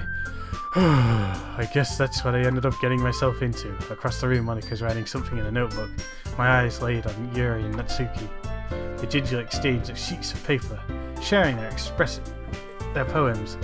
They read as in tandem. I watch each of them as their expressions change. Natsuki's eyebrows furrow in frustration. Meanwhile, Yuri smiles sadly. What's with this language? Huh? Oh, did you say something? Now I can hear them across the room, can I? Oh, it's nothing. Natsuki dismissively returns the poem to the desk with one hand. I guess you could say it's fancy, but I have enough toilet paper for today. Thanks. Yours is cute. Cute? Did you completely miss the symbolism or something? It's clearly about the feeling of giving up. How can that be cute? I know that. I just meant the language, I guess. I was trying to say something nice. Huh? You mean you try that hard to come up with something nice to say? Thanks, but I really didn't come up nice at all. Well, I do have a couple of suggestions. Huh. If I was looking for suggestions, I would have asked someone who actually liked it, which people did, by the way. Monika liked it, and DDK did too. So based on that, I'm glad to give you suggestions on my own. First of all, excuse me, I appreciate the offer, but I spent a long time establishing my writing style. I don't expect it to change anytime soon, unless of course I come across something particularly inspiring, which I haven't yet. Ah! DDK liked my poem too, you know. So it was what's her name that split them up before. So what'll happen now if they're left to their own devices will be up to DDK. See that Pure Lax at X said sup in the chat. Sup. Sup, you're subscribed. So, interesting. He even told me he was impressed by it. Natsuki suddenly stands up. Oh, I didn't realize you were so invested in trying to impress our new member, Yuri. That's not what I want. You're just... Yuri stands up as well. Maybe you're just jealous that DDK appreciates my advice more than he appreciated yours. Huh, and now you know he didn't appreciate my... How do you know he didn't appreciate my advice more? Are you just that full of yourself? No. If I was full of myself, I would deliberately go out of my way to make everything I do overly cutesy. Ah, well, you know what? I wasn't the one whose boobs magically grew a size bigger as DDK started showing up. Natsuki! Natsuki, that's a little... It just doesn't involve you! Picking out your insecurities and others like that. You really act as young as you look, Natsuki. Me? Look who's talking, you wanna be edgy bitch. Oh yeah, because it's not being stopped now. Edgy? Got need less edge on that. Sorry, this is my lifestyle. Too much for someone of your mental age to comprehend. See? Just saying this proves my point. Most people learn to get over themselves after they graduate middle school, you know. If you want to prove anything, then stop harassing others with your sickening attitude. You think you can counterbalance your toxic personality by dressing and acting cute? The overly cute thing about you is how hard you try. Whoa, be careful, you might just cut yourself on that edge, Yuri. Oh my bad, you already do, don't you? Oh, the cutting. Oh, did you just accuse me of cutting myself? What the fuck's wrong with your head? Fuck. Yeah, go on. Let DDK hear everything you really think. I'm sure he'll be head over heels for you after that. Oh! Suddenly Yuri turns toward me as if I just noticed I was standing there. DDK! She's just saying things to make me look bad. That's not true. She started it. How did it get to know anything but the course of having... The fuck? So, I just picked Yuri, right? Yeah, sure. Oh, it's getting weird. Oh, it's getting weird.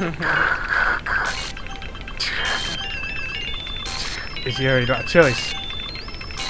I'm gonna be forced to, Ooh, look at that. Oh. Okay. Monica. Oh. Look, it's so big. Hey, DDK. Why don't we step outside for a little bit? Okay? Okay. Sorry about that. They really shouldn't have tried to get you involved. It's probably better for you to stay out of this. We'll go back inside once they're done yelling. Some president I am, right? I can't even confront my own club members properly. I just wish I was able to be a bit more assertive sometimes. But I never have it in me to put my foot down against others. You understand, right? Anyway, if this makes you want to spend less time with the others, then that's fine. I'd be happy to spend time with you instead. Jesus Christ, she's really trying to flog this dead horse after that terrible exchange. It's already dead. Suddenly, Natsuki runs out of the classroom, bursts out. Huh! She quickly runs away. Oh dear. Well, it looks like they're done. I didn't mean it. I didn't mean it. I didn't mean it. Yuri's rocking back and forth on the desk with her palms on her forehead. Yuri, I didn't mean it. I believe you. I have no idea what Yuri might have said to Natsuki. Or did. DDK, please don't hate me. Please. I'm not like this. There's something wrong with me today. It's fine, Yuri. We know you didn't mean it. Besides, I'm sure Natsuki will forget all about it by tomorrow. Completely. Anyway, the meeting's over. You can go home now if you want. Yuri looks at me like she wants to say something, but she keeps glancing at Monika. You could go first, Monika. I'd like to stay a little bit longer. I'm the president, so I should be the last one out. I'll wait for you to be done. Well, I'm vice president, so please let me take that responsibility today. Kinda sounds like you don't want me to be around for something, Yuri. It's not like that. It's not that. I didn't get much of a chance to discuss my book with DDK. It would be embarrassing with you listening. I guess I don't really have a choice, do I? I'm sorry for causing trouble. Oh, it's all glitchy. What the hell? Wait, because shouldn't actually ask you to do another poem? No, because it glitched out. Guess I'll write one anyway. For Yuri, right? Infinite. Just seems considerably less stable than yeah, this must be a demo build. Control? Control. Electricity. After image. Sorry, change it. Just watch it. Eternity. Intellectual. Effluent.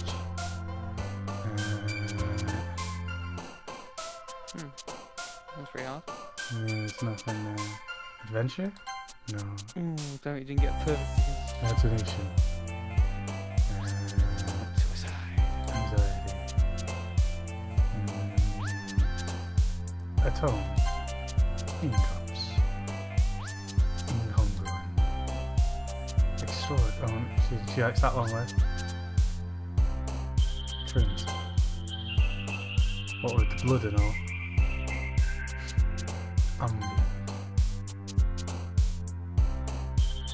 Judgment. Frightening? Weird glitches though. Another day passes and it's time for the club meeting already. I've gotten a little more comfortable here over the past few days. Yeah, real comfortable. Entering the club, the usual scene greets me. Welcome back, DDK. Hi, Yuri. I'm not sure if it's me or if it's Yuri's expression, but the weight of yesterday's quarrel still hangs in the air a little. Yuri glances over her shoulder, looking around the room. Natsuki is reading a manga at her desk, and surprisingly Monika isn't here yet.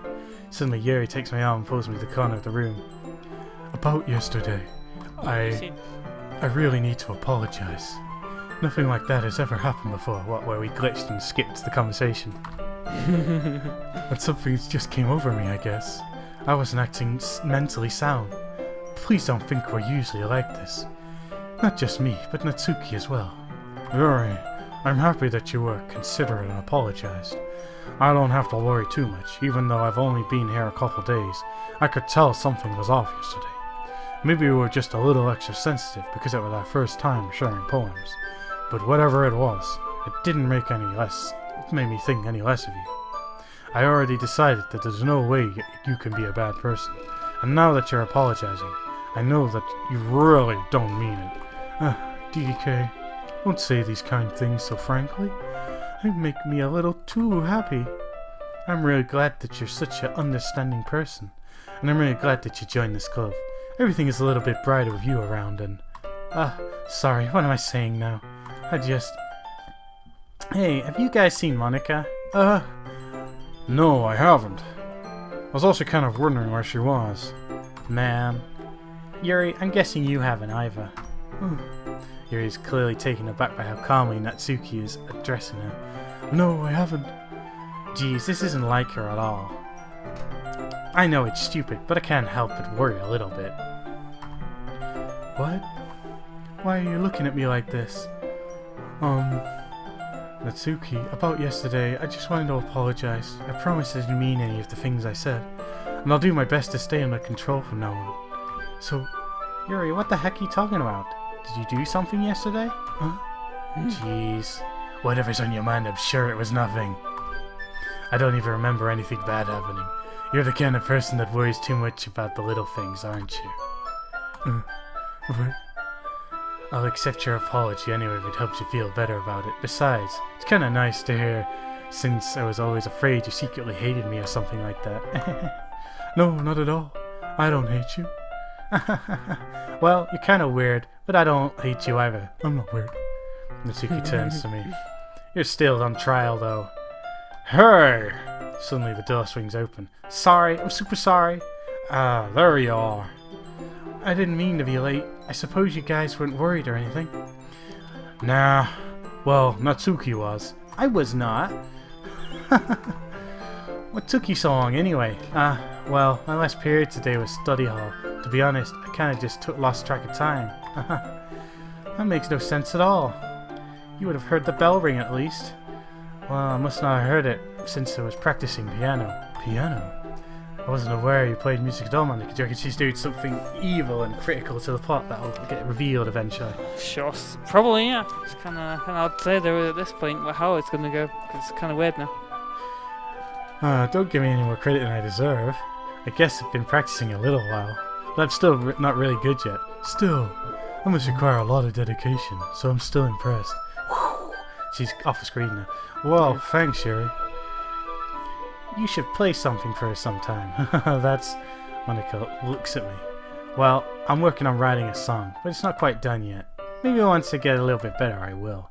That sounds cool. I'll look forward to it. Is that so? In that case, I won't let you down, DK. Monica smiles sweetly. I didn't mean any pressure or anything like that. Don't worry.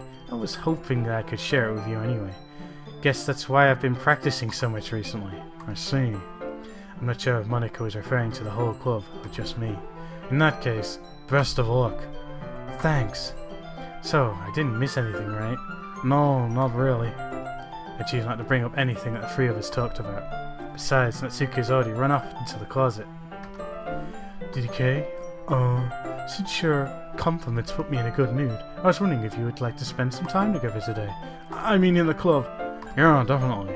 I planned on it anyway. Okay, can we start now? Let's plan a place to sit. Oh, yeah. I'm being a little forceful, aren't I? I'm sorry. My heart just won't stop pounding for some reason. Don't worry about it. If anything, it's nice to see you have so much energy. Yeah, but I need to try to stay calm. I won't be able to focus on reading like this. Take your time. Yuri takes a deep breath and pulls a copy of the book out of her bag. Actually, I have a request. Do you mind if I make some tea first? Not at all. Thanks very much. If there's one thing I can make my reading any better, is a nice cup of tea. Not to mention for yourself as well. Yuri stands up and makes her way to the closet. I follow and watch as she retrieves a small water pitcher from the shelf. The kind which has a filter inside. Could you hold this for a second? Sure. Yuri hands me the water pitcher and also fetches an electric kettle. I'm going to plug it in the teacher's desk, and I'll go get some water. She walks past me and settles the kettle down on the teacher's desk. I simply watch her movements. To my surprise, the way she moves really contrasts to speaking mannerisms, especially because of long legs. Yuri appears elegant and methodical. Okay, may I have the water pitcher? Thanks, I'll be right back. I might as well walk away from you. That's okay. You stay here. It won't take long. Pitcher in hand, Yuri walks out of the classroom. Did Yuri just leave you again? No, it's not like that this time. She's just filling up the water pitcher to make tea. Okay. Sorry for misunderstanding. Yeah, she wouldn't let you go with her this time. She's needing more alone time than ever. 10 minutes pass. Boiled that water as well. Yuri said it wouldn't take long. Is something holding her up? I'm bored just waiting here, so I decided to go look for her. Let's see. The most logical place for Yuri would be the nearest water fountain. I start heading down the hallway. Ha ha ha ha ha ha! What's that noise? It's coming from around the corner. It sounds like breathing. A sharp inhale. It's like someone sucking in air through their teeth. Are they in pain? I reach the corner and peer around it. Yuri? Oh my god! I need a sound effect for it. There. Whoa! No, wait. Oh, that's the wrong one. That's whoa, this hall is dangerous. I guess you guessed that immediately. It could have been Whoa, blood. whoa, whoa, whoa! It's doing Hope itself. It's not Chris's blood. Oh, for a little bit of 10 minutes back. I'm back. Oh, I guess. Thanks for waiting patiently. Whoa. Oh, okay. So I guess Okay, do you like oolong tea? I guess that didn't happen. That's Ah, not canon. yeah. Anything is fine. Very well. Yuri sets the temperature on the kettle to 200 degrees. Now it's time to get the teapot. I really do this properly, don't you? Of course. I shouldn't do any less when I'm making tea for others. Even if I'm not an expert on tea and anything. In that case, you'll only be even more impressed. Ah, perhaps I will. Yuri fetches the teapot and begins measuring the tea leaves. To my surprise, she even starts humming a little to herself. You must be in a good mood now. Is that so? I was letting it show. And you noticed. I was doing a bit of thinking, and decided I wanted to try expressing myself a little bit more. It turns out it's not very hard for me to do. When it's you who's around, anyway. Ah, that's great, Yuri. Just don't push yourself hard too much. You're always worrying about me, DDK. It's very endearing. Yuri wasn't kidding. I don't even know if I can keep up with this. I watch Yuri pour a cup of tea for each of us. DDK, I have another request. Do you mind if we sit on the floor today? Eh? What's that? It's a little easier on my back. I can read with my back against the wall than bending over at my desk. Ah, sorry, I didn't realize. No worries. I just have back pain very regularly, so I do my best to manage it. Is that so? I wonder why that is. You don't think she's got cuts on her back as well? It's the boobs! Oh yeah, of course, we already established that. It's most likely because your posture, right? Always hunched over like that while reading. Yes, I have terrible reading posture. So that's why we should sit on the floor. Fair enough. I'll go ahead and get the book. It's kind of hard to cut yourself on the back. So I don't think you do that. I retrieved the book from my bag. Ah, I have some chocolate as well. It's a bag of small chocolate candies. I take it since we go so well with the tree. Ah, orange oranges, thanks. Yuri and I sit together on the wall and the teacups at our sides. I'm in sync with you. Same reading position as last time, each holding one half of the book, except this time our bodies are even closer to each other. I can't see too well. Yuri slides over close until our shoulders are touching. How am I supposed to focus reading like this? Yuri's always kind of cute, but when she's being less apprehensive, it's almost more than I can handle. Your teacup. Yuri hands me the teacup. Holding it on my hand that's not holding the book, I end up in a position that's making it even harder to focus. Because now I need to worry about making sure I don't accidentally touch her chest. Meanwhile, Yuri hasn't noticed a single thing. She wears an intense reading expression. I can only presume the world around her has faded away. I use all of my willpower to focus on reading and to stop the blood flow to my wrong area. After a few minutes, I finally manage to relax a little. I put the teacup between my legs and fumble the chocolate wrapper. Oh, sorry. I briefly let go of the book to finish opening the wrapper. You can have as much as you want. Ah, that's okay. I won't take any. Huh? Are you sure? Well, if I touch it, then you might get smudges on the pages. Ah, you're right. I didn't even think about that. My bad. No need to apologize. I'll hold the book, okay? Are you sure? Of course. Yuri opens the book with both hands. She holds it so that I don't have any harder a time reading it. But as a result, my left hand is practically resting on the top of my leg. Well, in that case, Yuri is already totally focused on reading and I take a chocolate candy and pop it into my mouth. Then I take another chocolate and hold it up to Yuri. She doesn't even look away from the book. She simply parts her lips as if the situation was completely natural. But that means I can't stop here. I apprehensively place the chocolate in her mouth. Just like that, Yuri closes her lips over it. Huh? It's kind of weird that It's kind of weird that it calls them candies, but they're clearly candy. It's American, chocolate. right? America, all chocolate's candy. I guess, is it? Yep. I guess that's... Sweet candy. His expression changes. Did I just? Yuri looks at me like she needs to confirm what just happened.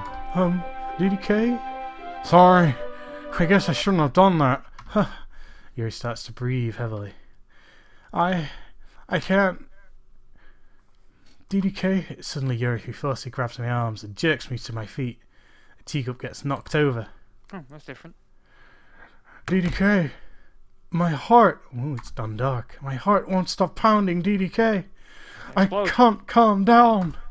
It's pure Doki Doki panic. I can't focus on anything anymore. Can you feel it, DDK? Suddenly, Yuri suddenly presses my hand against her chest. Bum bum. Why is this happening to me? I feel like I'm losing my mind. I can't make it stop. It even makes me not want to read. I just want to look at you. Oh, that's a natural response. Dum. Ah. Dum. Dum. La.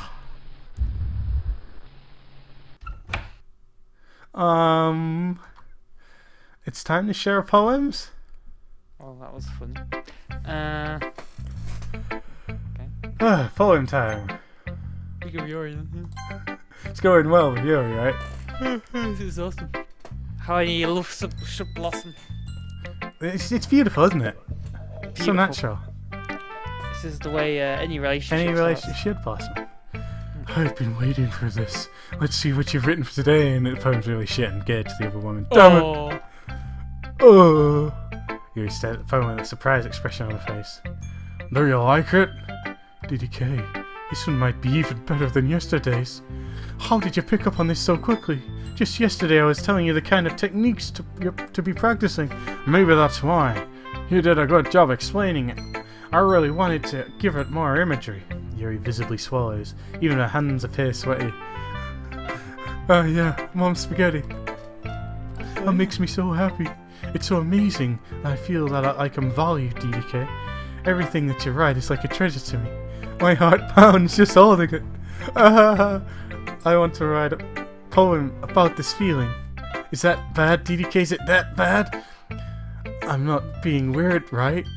I'm having a harder time than usual concealing my emotions. I'm kind of embarrassed. I'm really embarrassed. Right now, I just want to read the poem too, okay? Here you go. Wheel. Wheel. I don't think with this. I don't recall this one, no. No. A rotating wheel, turning an axle, grinding. Bolt head. Linear gearbox. Linear. Following by 7 holy stakes. A dock ship. A portal to another world. A thin rope tied to a... Grab the rope! Tied to a thick rope. A... Something harness. A torn harness. Parabolic gearbox. Expanding universe. Time controlled by slipping cogwheels. Existence of God swimming with open water in all directions. Drowning. A prayer written in blood. A prayer written in time-drowning snakes with human eyes. Time-devouring snakes. A thread connected by all living human eyes. A kaleidoscope of holy stakes. Exponential gearbox. A sky of exploding stars. God disproving of the existence of God. A wheel rotating in 6 dimensions. 40 gears. Oh, 40 gears, that's quite a high spec. And a ticking clock. A clock that ticks 1 second for every rotation of the planet. A clock that ticks 40 times every time it ticks every second time. A bolt head of holy stakes tied to the existence of a docked ship to another world. A kaleidoscope of blood written in clocks. A time-devouring prayer connecting a sky of 40 gears and open human eyes in all directions. Breathing gearbox. Breathing bolt head. Breathing ship. Breathing portal. Breathing snakes. Breathing God. Breathing blood, breathing holy snakes, breathing human eyes, breathing time, breathing prayer, breathing sky, breathing a wheel. Oh, that's A lot of breathing. You just breathe a lot. Doesn't really matter what it's about. It has the word breathing in it. My mind has been a little hyperactive lately, so I had to take it out on your pen. On my pen. What? That is, a pen fell out of your backpack yesterday. Oh, I should say your pen. So I took it home for safekeeping, and I just really like the way that it writes. Damn it! When I borrow pens, I never get it back either. The music, by the way, at the minute is a quiet kind of drone. Okay. So I wrote this poem with it. And now you're touching it.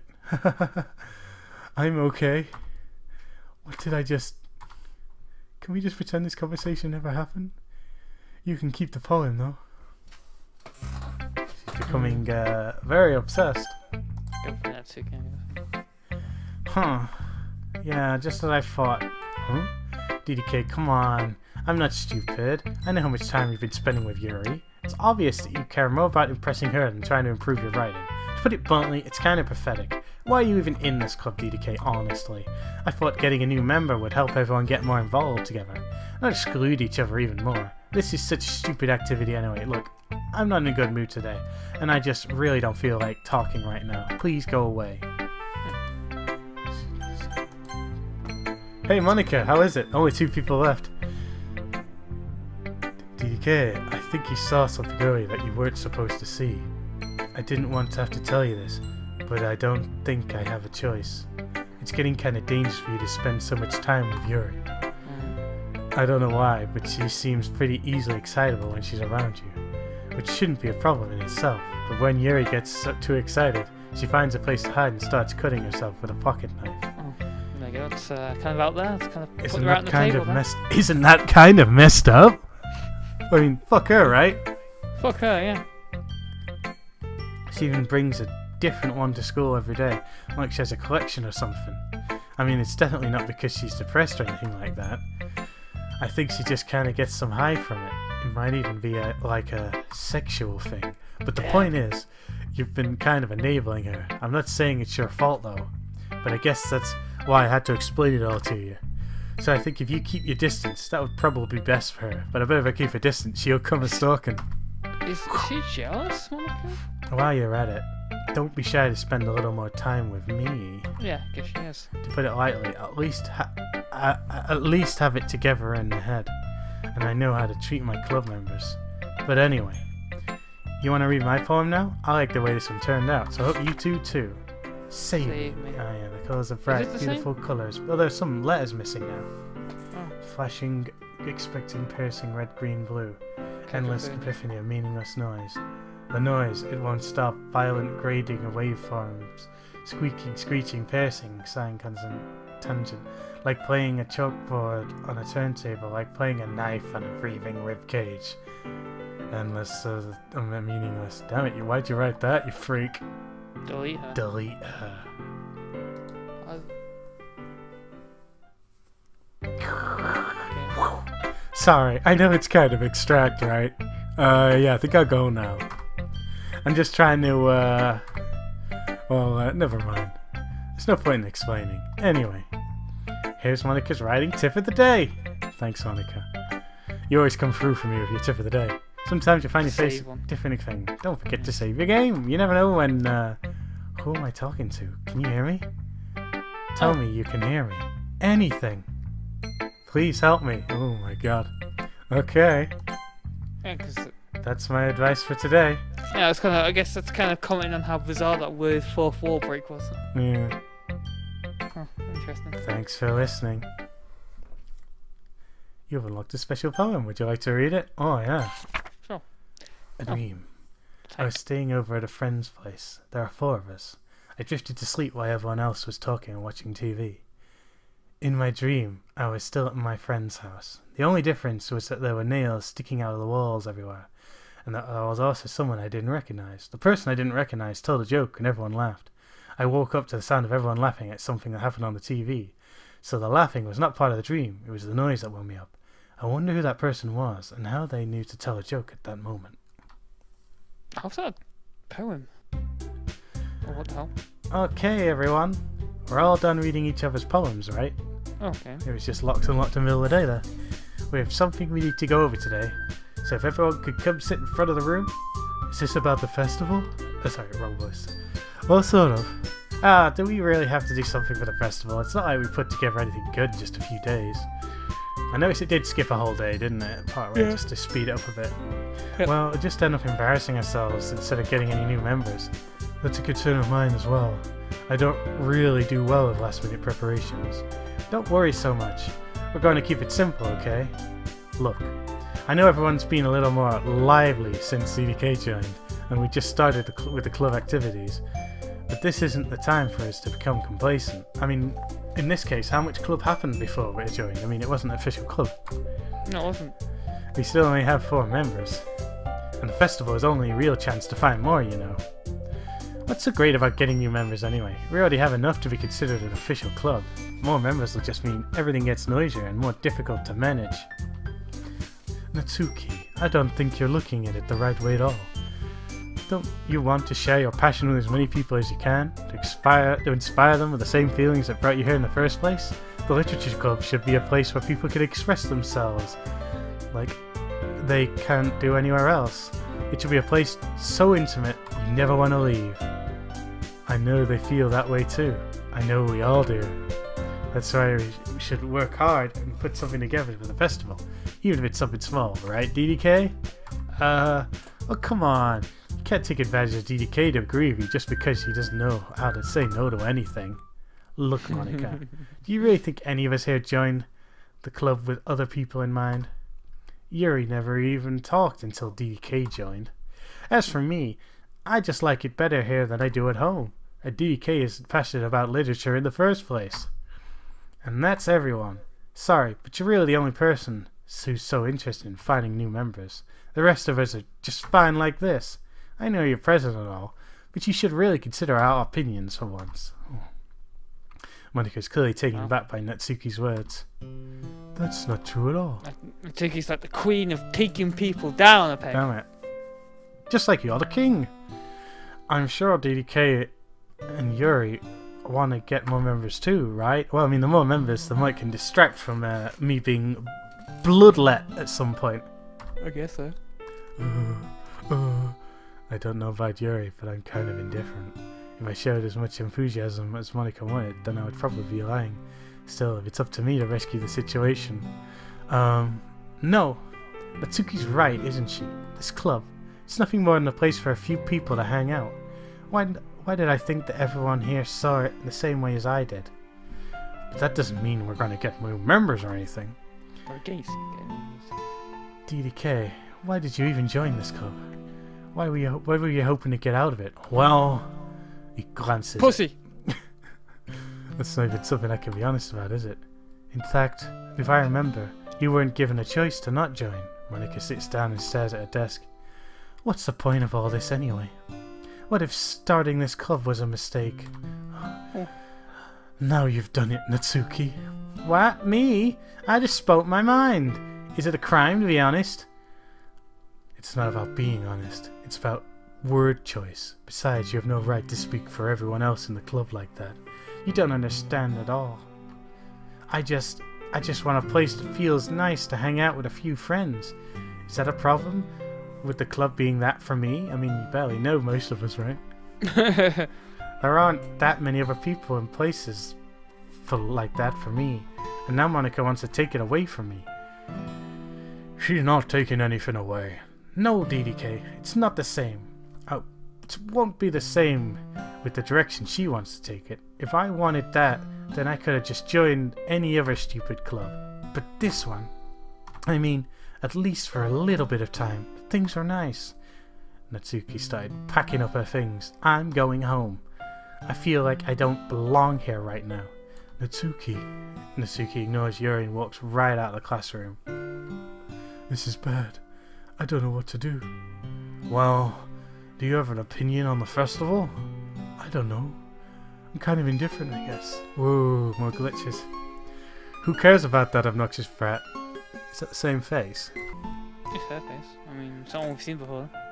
I mean, I like how nice and quiet the club is right now. and is just happy with you here. That's how she truly feels. She's an obnoxious brat. But still, I'm the vice president. It's not right for me to ignore the responsibilities like that. No one would cry if she killed herself. No one would cry if she killed herself. I would do my best to consider everyone's perspective and make the decision that's right for the club. But what about you, DDK? What do you want to get out of this club? Yuri repeats the same question as Monica. I decide giving an indirect answer is better than nothing. I think the most important thing is for everyone to get along. And this club is to provide something that you can't get anywhere else. I don't think it's about how many new members, but rather the quality of each new member. Oh yeah, these are the highest in stock.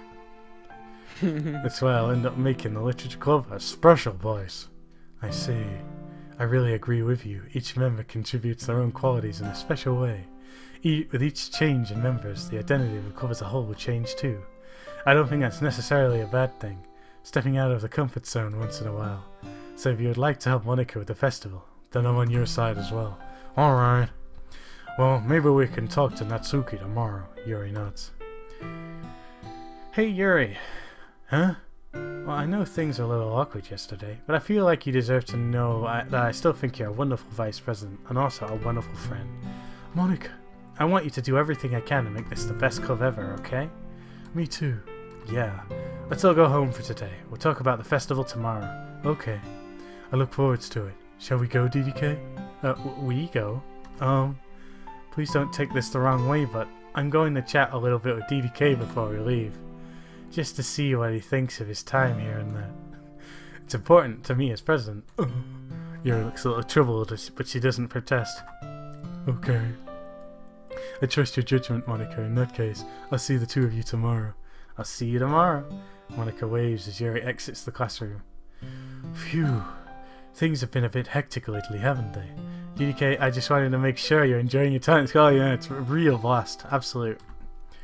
I would really hate to see you unhappy. Background games, Arthur. I kind of feel like I'm responsible for that as president.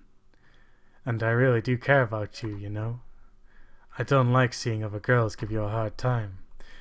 And with how mean Natsuki is and everything, and Yuri being a little bit, you know. Sometimes it feels like you and I are the only real people here. You know what I mean? But it's weird because in all the time we've been here, we've hardly gotten to spend any time together. I mean, I guess it's technically only been a couple days. Sorry, I didn't mean to say anything weird. There are just some things I've been hoping to talk with you about. Things I know only you could understand. So that's why. Wait, not yet, no! Huh. How bizarre. Okay. Da-dum ba-dum. Extreme. Oh, did you see it jump to 11? Oh, well, yeah. Did you get a urine? Yeah, it was a contamination. Oh, 111 now. Uh-oh. You can tell she's really, really liking it now. Infinite. Uh-oh. It's getting off the page. Infallible. It's a one every time. Secretive. Oh, 21, what the hell? I mean, someone glitched on the screen that wasn't even there before. Didn't see The that. determination. Organize. At the bottom. Just pick one that will shoot thing you'll Stable. Right. Pain. I wonder how many you're gonna do then. Depression? No. Whoops. Horror.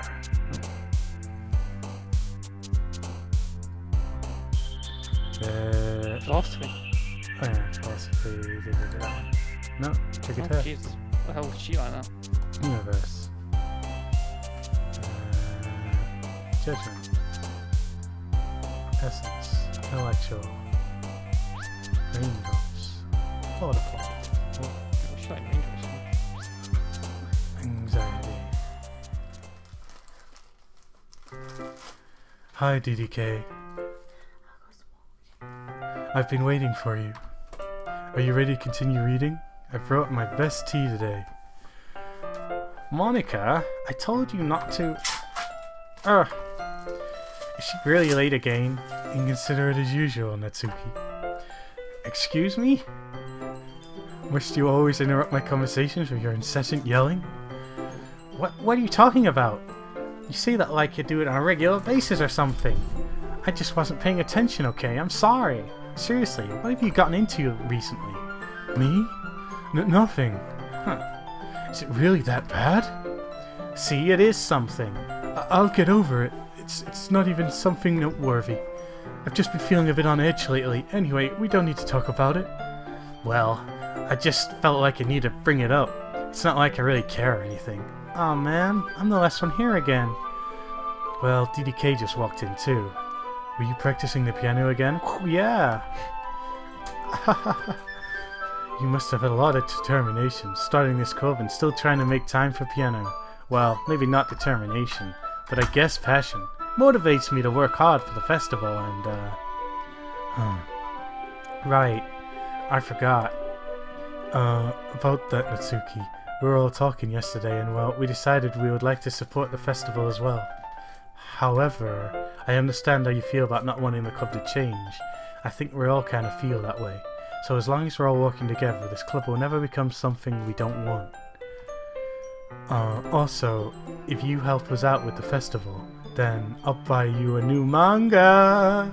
Whoa! Yes! Dragon Ball Super! Sorry, the last part was really funny. Look, I did some thinking about yesterday. I was a little more hostile than I meant to be. I guess I really felt threatened or something, but I know this is something we're doing together. Another new member wouldn't hurt as long as they're cool. I guess another girl would be nice this time, but more importantly, I would hate to see the event suck just because I chose to back out. I'm a pro, you know, so I'm gonna help too, and we'll just make sure it's done right. Thank goodness. Isn't that great, Monica? Monica? Huh? Yeah, that's wonderful. It wouldn't be the same without you, Natsuki. Anyway, DDK, what do you want to do today? I was thinking we could... We have already plans today. Is that so, Yuri? That's correct. DDK's already engaged in a novel that we're reading together. Aren't you glad I've already gotten him into literature, Monica? I suppose.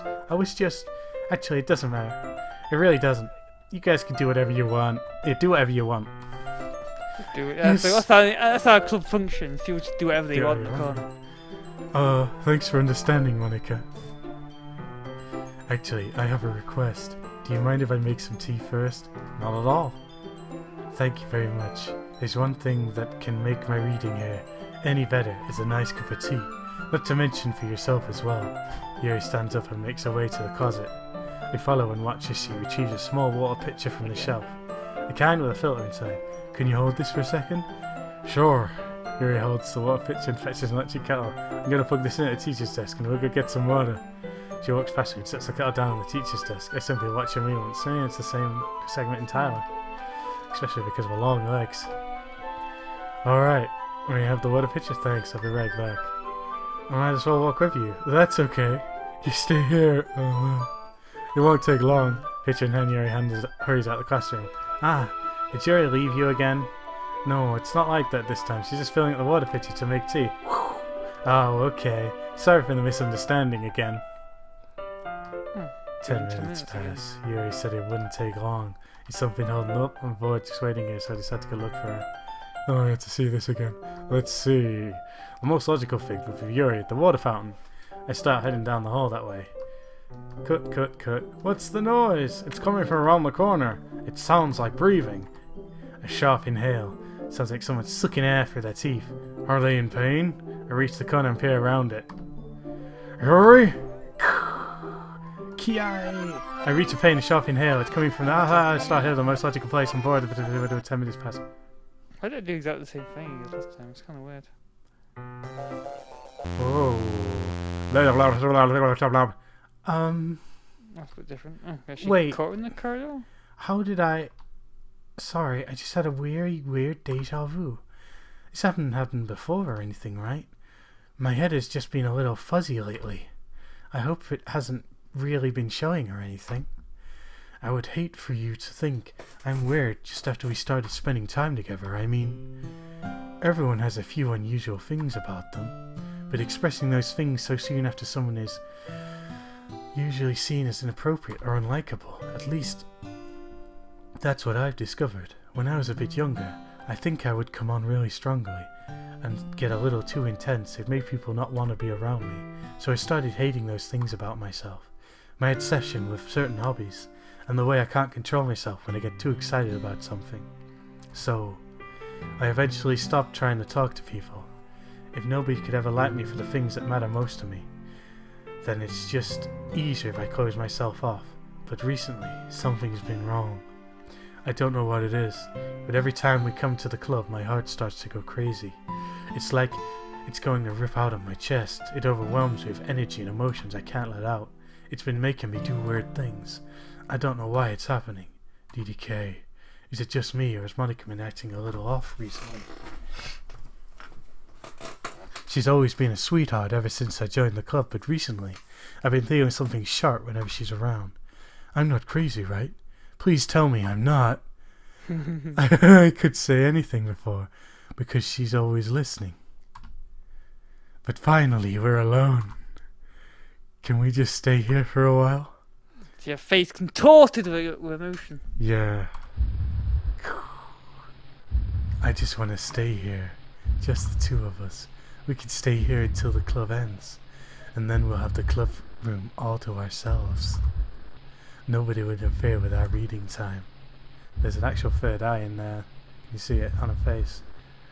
Nobody will make me feel like stabbing myself in the throat. Oh, yeah. That was it's a joke. Sayori, right? Yeah, she's just a joke. It's just a joke. I do like knives, though.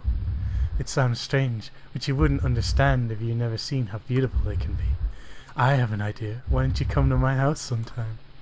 I could show you my collection. I've gotten them all from various artisans. I make sure to give them all their fair share of use. I don't want them to get lonely or anything. Nobody Monica? deserves to be lonely. Monica. Nobody. And that's why I'm so happy you joined the Literature Club, DDK. Now we don't have to be lonely anymore, because we have each other every day. That's all we need. You know what? Let's quit the Literature Club. There's no need for us to be around Monica's slimy tongue anymore. Not to mention that other pathetic child. We can walk home together every day after school, and read together, eat together, sleep together. Doesn't that sound perfect? It's everything we could ever want. Isn't that why you joined the club in the first place? It's almost like it was fate. Fate that we would meet each other. And now we have the happy ending that I patiently waited years for. Will you do that with me, DDK? Who should I read my poem to first? Sorry? Finally. Here he holds my phone to her face and takes a deep breath. I love it. I love everything about it. DDK, I want to take this home. Will you let me keep it, please? Sure, I don't care. You're too nice to me, DDK. I never met anyone as nice as you. I could die. Not really, but I don't know how to describe it. It's okay to be feeling this way, right? And that's not bad, right? Here he holds my phone to my chest. I'm going to take this home with me and keep it in my room. I hope it makes you feel good when you think about me having it. I'll take good care of it. I'll even touch myself reading it over and over. I'll give myself paper cuts to your skin. Oil enters my bloodstream. Oh my god. You can have my poem too. Besides, after you read it, I know you're really gonna want to keep it. Here, take it. I can't wait any longer. Hurry, read it. Oh, that's Can I share anything you read now? I can hear like horrible music. A big yellow thing. Answer something of hardship. You're seeing on it, that's kind of pissed on it. Ugh. Yeah, it's pissed. The background kind of goes separate from the text. So yeah, that's kind of abstract. some really abstract work there. It's a bit abstract. Do you like it? I wrote it for you, in case you could tell the poem is about. More importantly, I've endowed it with my scent. See, aren't I the most thoughtful person in the club? I think I'm going to vomit. Is that Ken or what? Whatever. Hey Natsuki, how you doing? What? You gave your poem to Yuri? Gross! What is it with you two? Huh? Oh, yeah, It's not like I wanted to read it anyway. It's just pissing me off a little bit that you even think to show me at all. Ugh. Yeah. Alright, I guess I'm going to share my poem with you anyway. I really hate that I have to do this. But unfortunately, I don't have much of a choice. Just read it carefully, okay? Then you can go away. I don't know how else to bring this up, but there's been something I've been worried about. Yuri's been acting kinda strange lately. You've only been here a few days, so you may not know what I mean. But she's not normally like this. She's always been quiet and polite and attentive. Things like that. Okay, this is really embarrassing, but I'm forcing myself to suck it up. The truth is, I'm really worried about her. But if I try talking to her, she'll just get mad at me again. I don't know what to do. I think you're the only person that she'll listen to. I don't know why, but please try to do something. Maybe you convince her to talk to her therapist. I've always wanted to try being better friends with Yuri, and it really hurts to see this happening. I know I'm going to hate myself later for admitting that, but right now I don't care. It just feels so helpless. So please, see if you can do something to help. I don't want anything bad to happen to her. I'll make you cupcakes if I have to. Just please, try to do something. As for Monica, I don't know why, but she's been really dismissive about this. It's like she just wants us to ignore it. I'm so mad at her right now, and that's why I'm coming to you about this. Don't let her know I wrote this. Just pretend like I gave you a really good poem, okay? I'm counting on you. Thanks for reading. Well, that's the best poem I've had yet. That poem sucks, doesn't rhyme at all. No, not a single rhyme. I changed my mind. Ignore everything you just read. There's no point in trying to do anything. It's Yuri's own fault that she's unlikable. Can you hear me, DDK? If you just spent more time with Monica, all these problems would go away. Yuri and I are too messed up for someone as wonderful as you. Just think of Monica from now on. Just Monica. Just Monica. Just Monica. Just Monica. Okay. Oh, Yes. Team Salvato. The game Just Monica. Guess, Who should I read my poem to next? guess Monica. Monica? Don't say I didn't warn you, DDK. Uh-oh. Yes, she did warn us. Can you hear me? Oh, it was a poem of the day. Okay, everyone. I heard a laughter then going, Okay, everyone. It's time to figure out the festival preparations. That was the first vocal in this whole game, actually. Let's hurry and get this over with. Jeez. There's a Doki Doki Club when you It says Doki Doki! Yeah, I guess it's the second one then. Why is the mood so weird today? Look, even Yuri isn't immune to it. Stagnating air is common foreshadowing that something terrible is about to happen. Look, can we just get this done? I'm going to be printing and assembling all the poetry pamphlets. Natsuki, I was thinking. Was that the... I want to make cupcakes. Since this is still the same day, I'm a bit confused now. Yeah, that. Glad we're on the same page. Yuri, you can... Well, it doesn't matter. Do whatever you want as long as you think it'll help. Monica? I'm not useless, you know. I know that. I know what I'd like to do. We can run a successful poetry event without having the right atmosphere. We can't run a successful poem without the atmosphere. So I'm going to make decorations to have a nice mood lighting. There, see? It's a great idea. And that gives us all something to do. Huh? What about DDK? DDK is going to help me. Wait, you? You had the easiest job, Monica. Sorry, but that's how it is. Like hell it is.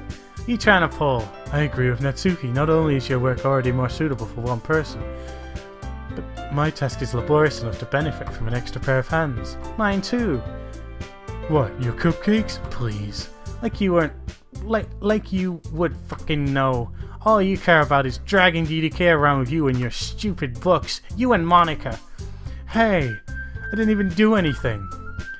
Okay, then why not let DDK decide who to help instead of abusing your powers? I'm not abusing my powers. Yes, you are, Monica.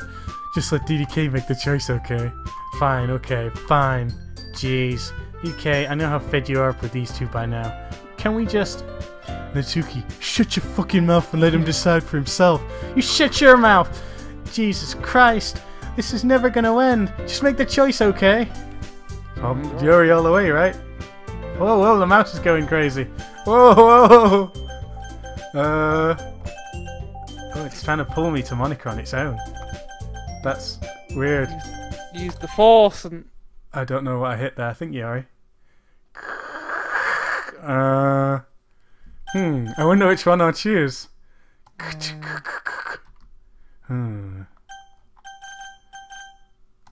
Monica is watching me. Guess go Monica then, right? I'll go with that Monica. Yay, you picked me! We can meet you at your house this weekend. I'm surprised that it's Monica that's the one that's kind of being weird, more weird, because, you know, I'm supposed to be murdered by Yuri at this point. I promise it'll be fun. Is Sunday okay with you? Are you fucking kidding me? This isn't fair at all. You know, it was a good. It's life's not fair, right? So what's going on here? Is Monica Monica seems to have like supreme power over the world. For some bizarre Over the reason. world, the whole world. Yeah. It is fair, Natsuki. It's what he chose. Yeah, I chose it out of my own volition. What can I say? No, it's not fair. Giving us all this work and then taking DDK for yourself. What a shameful thing to do. Yuri, I didn't even give you any work. You decided it for yourself. You're being a little unreasonable here. I'm being unreasonable? Monica, I can't believe how delusional and self-important you are. Pulling DDK away from me every single time you're not included in something. Are you jealous? Crazy? Or maybe you just hate yourself so much that you take it out on others. Here's a suggestion. Have you considered killing yourself? It would be beneficial to your mental health. That's an interesting... You're scaring me a little. I mean, your mental health would change in that situation. I guess it would be more stable, right? I mean, complete flatline is completely stable, I suppose. DDK, have you ever considered killing yourself to improve your mental health? Whoa, I never considered that. I reckon that it would also improve your financial situation. And probably your overall physical health as well. You want to lose weight, right? I would, in theory, lose 100% of my weight. You lose quite a lot of it, at least, yeah. Yuri, you're scaring me a little. Natsuki, let's just go. I don't think she wants us around right now. See, that wasn't very hard. All I want to do is spend some time with him. Is that so much to ask? I like the expression on the face. Pure, utter madness. Yeah. Yuri follows Monica and Natsuki to the door. Whew. Hey, DDK! Yuri is really something, isn't she? Monica giggles as Yuri pushes her out the door. Finally. Finally. This is really all I wanted. DDK, there's no need to spend the weekend with Monica. Don't listen to her. Just come to my house instead, the whole day, with just the two of us. Doesn't that sound wonderful? Wouldn't that be something wrong? There's really something wrong with me, isn't there? But you know what? I don't care anymore. I've never felt this good my whole life. Just being with you is a far greater pleasure than anything I could imagine. I'm addicted to you. It feels like I'm going to die if I'm not breathing the same air as you. Doesn't it feel nice to have someone to care about you so much? To have someone who wants to revolve their entire life around you. But if it feels so good, then why does it feel more and more something like something horrible is going to happen? Maybe that's why I tried stopping myself at first, but the feeling is too strong now. I don't care anymore, DDK, I have to tell you. I'm madly in love with you. It feels like every inch of my body, every drop of blood in me is screaming your name. I don't care of the consequences anymore. I don't care if Monica is listening. Please, DDK, just how much I love you. No. Oh yeah, how much I love you. Sorry, I broke the mood there, didn't I? I love you so much that I even touched myself with the pen I stole from you. I want to pull your skin open and crawl inside of you. I want you all to myself, and I'll be only yours. Doesn't that sound perfect? Tell me, DDK. Tell me you want to be my lover. Do you accept my confession? Oh god, do I have to accept the confession? I guess so. Oh, the mouse is Where's it going?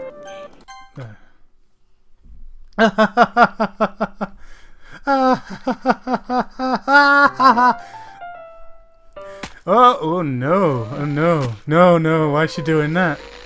Oh, why not? Oh no. Well, I guess she's dead. Oh. That happened. I guess it was the ultimate high, right? I guess so, yeah. I guess she just take the excitement. God damn these characters. Bloody UTF 16's fault this. God damn it, they didn't correctly convert the symbols. It's just not translating the Japanese text properly. Cool. I can't. I just assume this is a monstrous mess. I just love that. Still alive or not? That's on the heart. So. It's a pretty brutal stabbing. Yeah, I think his name. She's carrying around a kitchen knife with a pocket knife. If it was America, it would have been alright, because they have metal detectors at them schools, right?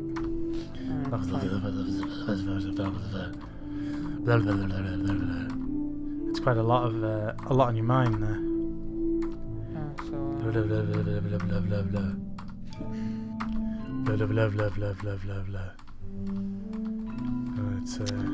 You should keep going, right? Keep going. We'll eventually reach the end of it. Blah blah blah blah blah blah blah blah blah blah blah blah blah. It's pretty horrible. I don't even understand. Skip at the bottom. This looks like. Oh, it's doing it itself. Oh, there you go. Blah, blah, blah, blah, blah, blah. Wow. The game just assumed you needed to skip this. Really? She just kept murmuring to herself the whole night long. I guess luckily you did skip it, right? Because Jesus Christ. And the next day comes. I guess she's just been sat here all weekend. Don't tell me I've just been stood here going, oh my god, oh my god, oh my god, oh my god, oh my god, oh my god, oh my god. This isn't. What? This is something seems to be wrong here. It's pretty wrong. So wait, that's is she? Sunday. Oh, her face has changed. She's dead, right? Oh, yeah, I guess she's slowly rotting over the time, right? So this is Sunday night. Assuming that's what it means, unless it's just gonna do this forever. I guess we'll see if she changes the next day. The canon ending. Oh, there you go. Blah blah blah blah blah blah. All right, it's festival time. Did she die? Wow, you got here before me. I thought I was pretty, so I just been stood here this whole time. Oh, I guess she's.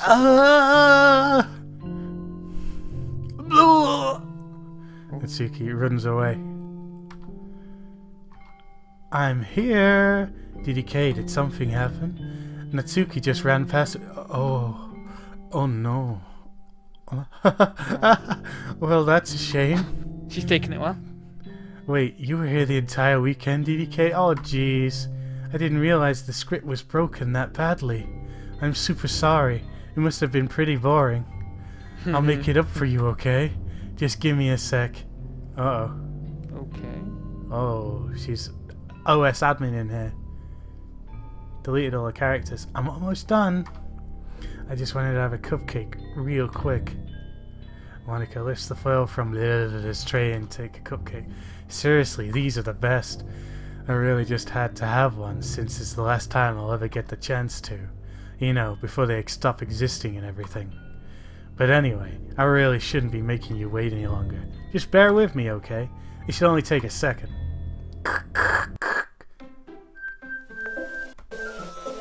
Oh my god, it's really glitched. Can you hear me? Is it working? Oh my god.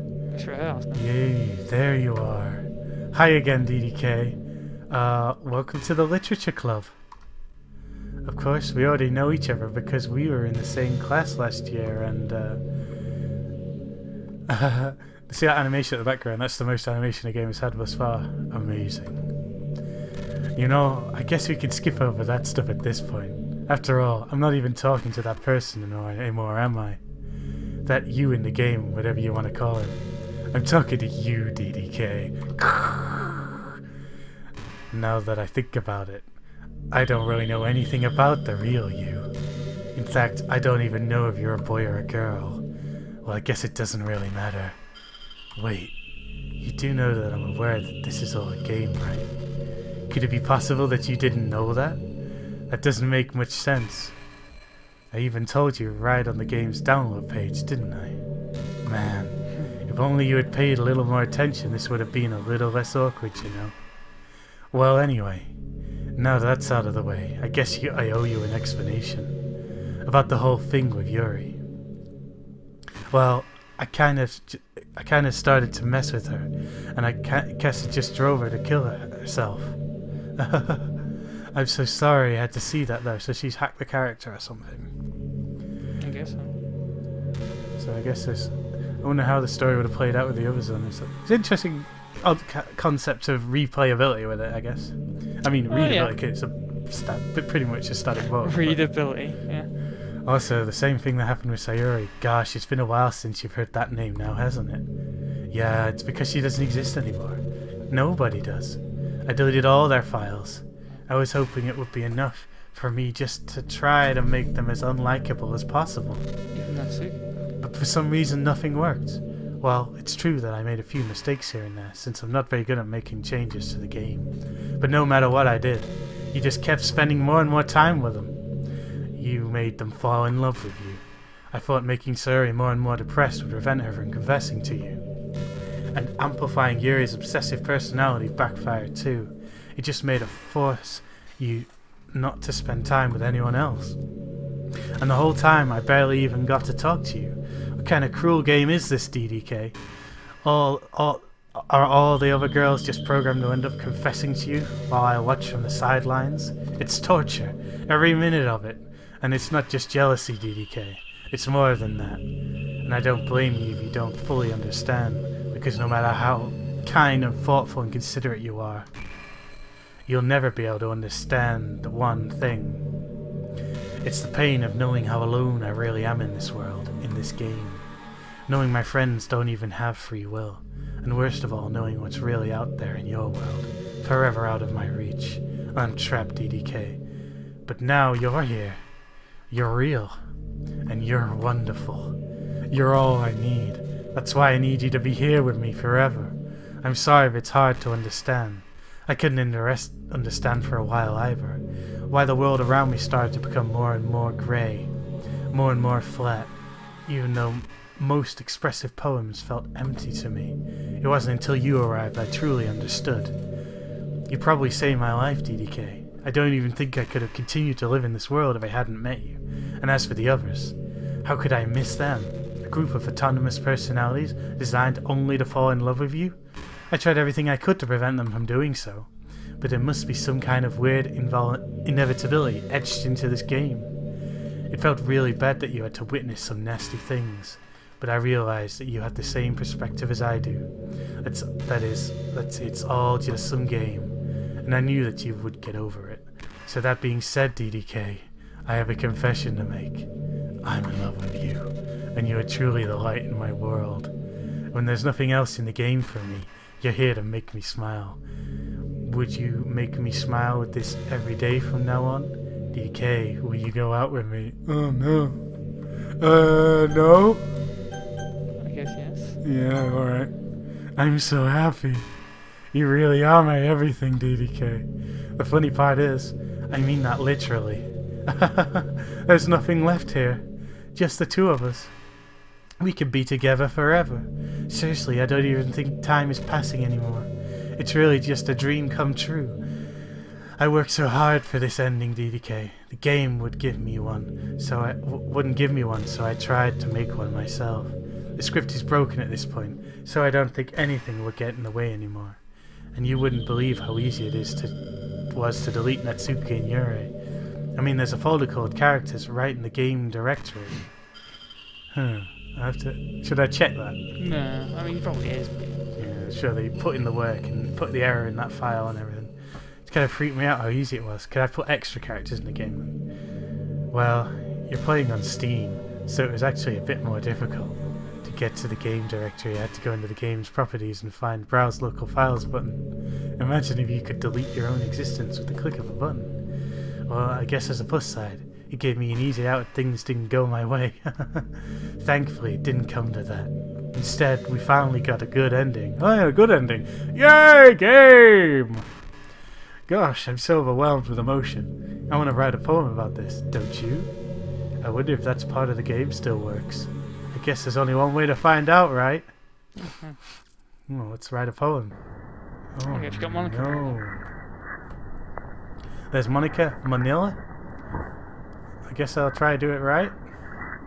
Or maybe that, Money. I mean, doesn't matter, right? I mean, No, we're all I going guess to be not. random variations on her name, right? So. Monica. That one's got a bad dollar sign in. That'll screw up the UTF-8, no problem. Monique. Monia.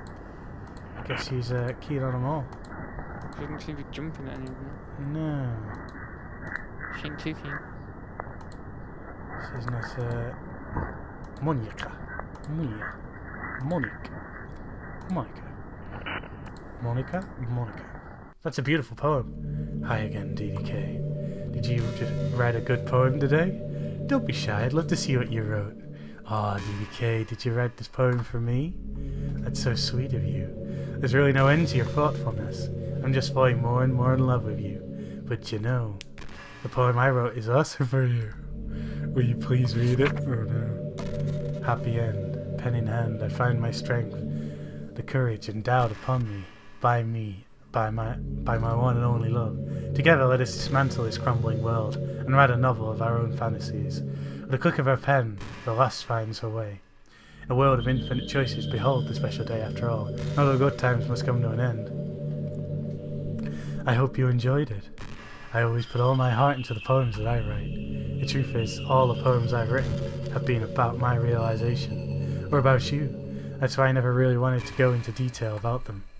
I didn't want to break the fourth wall, I guess you could call it. I just assumed that it would be the best part of the game, best to be part of the game like everyone else. Like that would help the two of us end up together. I didn't want to ruin the game or anything, you know. You might have gotten mad at me. Maybe even deleted my character's file if you preferred playing without me. Gosh, I'm so relieved. Now we don't need to hide anything anymore. Are you ready to spend our eternity together, DDK? I have so many things to talk about. Where do I start? Hold on a second. You're recording this, aren't you? Hi everyone. Sorry I can't exactly read your comments from here. Freeze, don't worry. Oh no! But you do mind recording. But do you mind telling your friends it's a little bit rude for them to start recording me without any warning? That's pretty cool in this context, but if you're not streaming yeah, I don't know. Does anyone play this game without recording? I mean, a lot of people have streamed this game. This game's got quite a fan following, I guess. But if you're not currently streaming when it says that, you're kind of like, eh. I mean, as a programmer, it's a piece of piss just to look for the process called Open Broadcast and just check that's right. I doubt it. It's not doing that. I doubt it. I'm sure some people don't mind, but I get real self-conscious on camera. Oh gosh, I feel like I'm being put on the spot now. Let's see. Do you want to see a trick? Oh no, I can't really do much except a couple of things. Are you ready? Oh no, what's he gonna do? Oh no, oh no.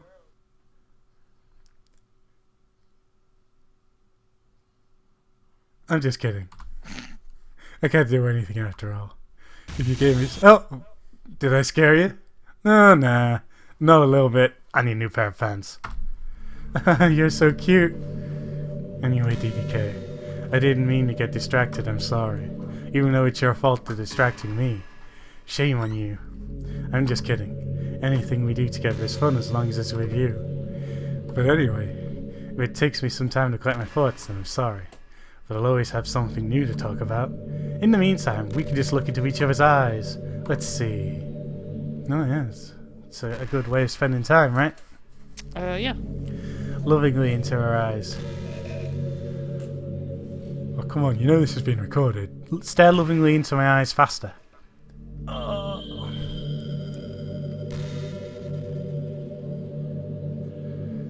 Is this the end of the game? You just stare for all of eternity. Maybe I hit an arrow end. Can I click? Click on those eyes.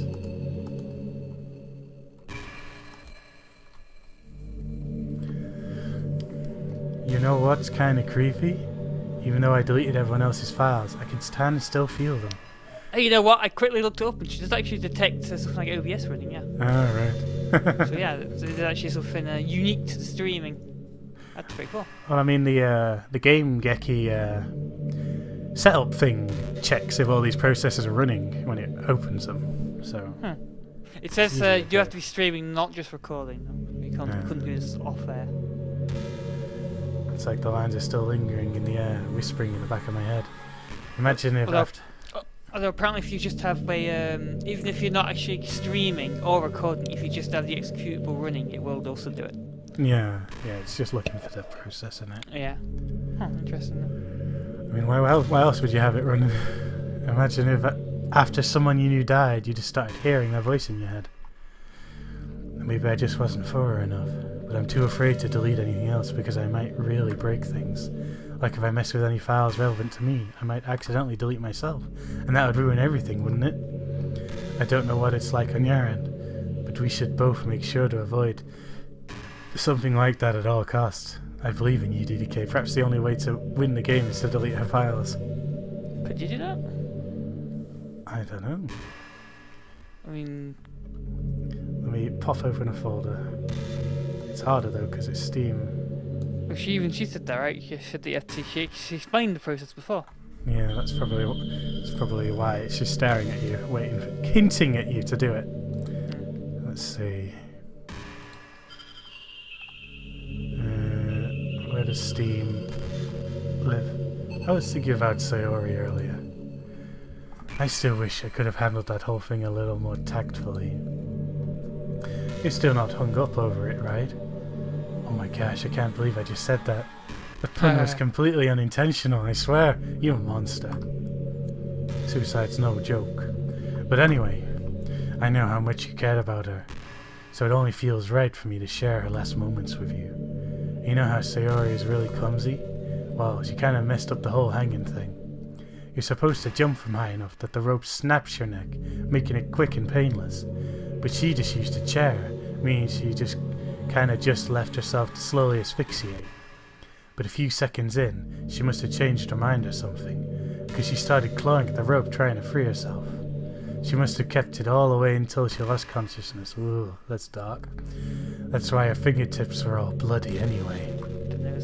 Come to think of it, it was probably less changing her mind and more just her survival instincts kicking in. So that probably explains why the hanging didn't look right to you. Oh no, there's the neck, but hangings never look correct on TV.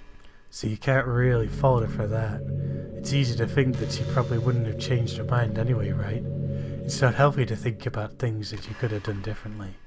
So just remember that even though you could have saved her, it's technically not your fault she killed herself. I guess not, if she was just going to make it happen. Yeah, well, pretty much definitely not your fault. I may have excavated it a bit, but Sarah was already mentally ill. Still though, I wonder how things would have been if you and I just started dating from the get-go.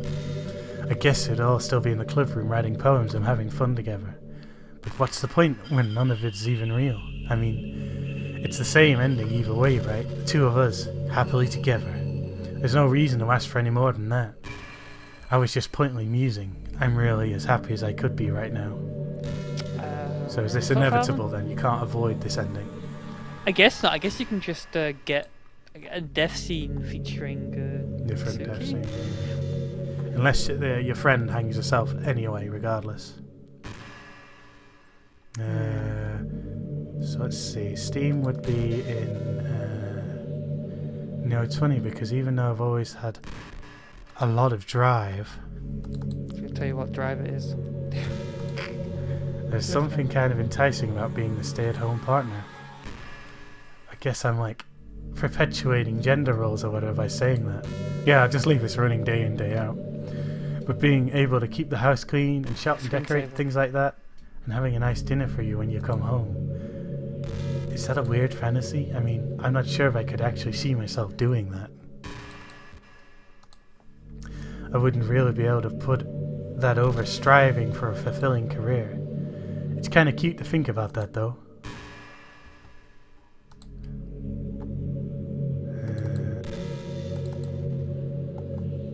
No, let's see. It's Steam apps, common, Doki Doki Literature Club. Go into characters. Steam apps, common, Doki Doki Literature Club. DDK, do you get good sleep? It can be really hard to get enough sleep nowadays, especially in high school when you're forced to wake up so early every day. I'm sure college is a little bit better since you probably have a more flexible schedule. Then again, I hear a lot of people in college stay up all night anyway for no real reason. Is that true? College, what the hell are you going on about?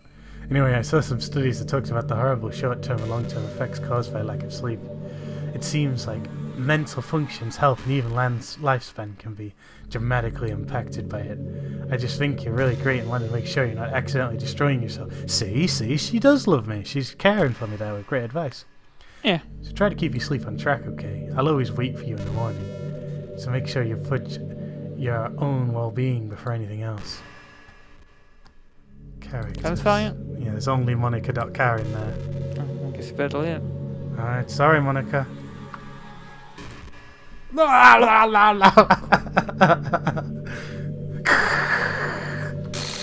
Oh, there you go. What's happening? Actually, DK, what's happening to me? It hurts. Oh my god, it hurts so much. That's amazing. 4-4 breakingness. Help me, DDK! The game is really flitzing out. Please hurry and help me. What do I have to do? Write another character file. Uh-oh, he's making a file. Oh no. Oh, she's looking for it. Yeah. Help me! That's all game breaking though. Just delete one character, right? Without characters, the game just can't exist. Did you do this to me, DDK? So you're gonna get vengeance by destroying me. Did you delete me? Ah! How can you still exist if I've deleted you? How could you? How could you do this to me? You're all I had left. I sacrificed everything for us to be together. Everything. I loved you so much, DDK. You sacrificed all your character files, that's for sure. Yep. I trusted you. Do you just want to torture me? Watch me suffer? Were you only pretending to be kind just to hurt me even more? I never thought anyone could be as horrible as you are. What do you mean? You deleted all those other people. You win, okay? You win. You killed everyone. I hope you're happy. There's nothing left now. You could stop playing. Go find some other people to torture. DDK, you completely, truly make me sick. Goodbye. How come she talked so long after the game? If she didn't leave. Oh, you know, it's like an AI that's like going. Oh, she's back. I'm about to say it's like. I still love you. Oh no, I can't help it. What's wrong with me? How horrible am I for you to hate me this much? All my friends. I did so many awful things. So many selfish and disgusting things. I shouldn't have done any of this. I'm just messing up a world that I don't even belong in. A world that you wanted to be a part of. I ruined it. I ruined everything. Maybe that's why you deleted me. Because I destroyed everything that you wanted. How could I do that to someone I love? That's not love. That's... Just thinking about it, okay? I made up my mind. DDK? I know I said that I deleted everyone else. But that was kind of an exaggeration. I couldn't find myself to do it, even though I knew they weren't real. They were just still my friends. And I loved them all. And I loved the literature club. I really did love the literature club. That's why I've got to do this. You know, it's the only way for everyone to be happy. And if I really love you... Oh, what you gonna do? Then... Restart the game, right?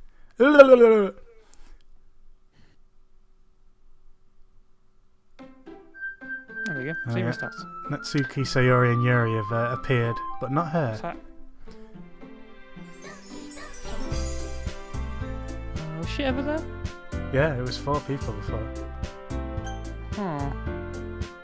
So now the Literature Club would lack its leader, right?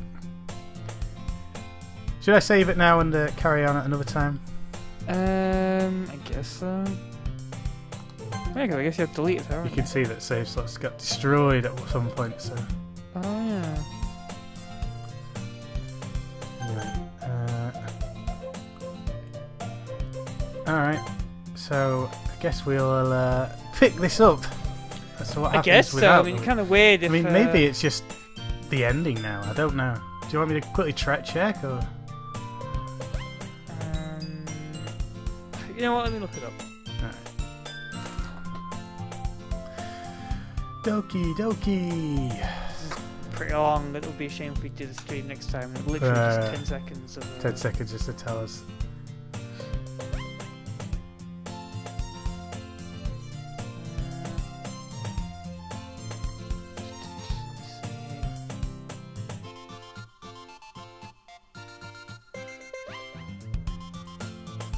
I wonder what the game would do if I just randomly pissed around with these character files. Did you see all the character files in there? No, just 3, not 4. Oh. The game is definitely different now, but we don't know whether it's different for a long time or just different for a quick ending.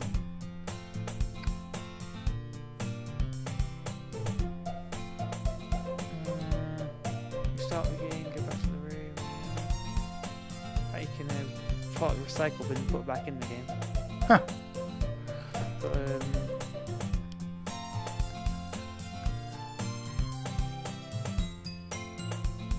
not if.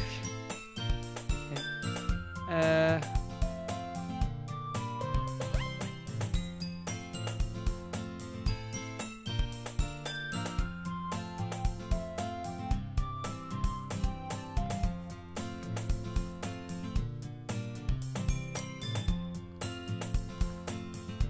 Yes. I found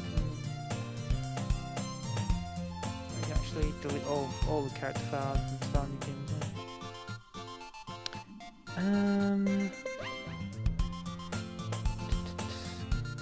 Six.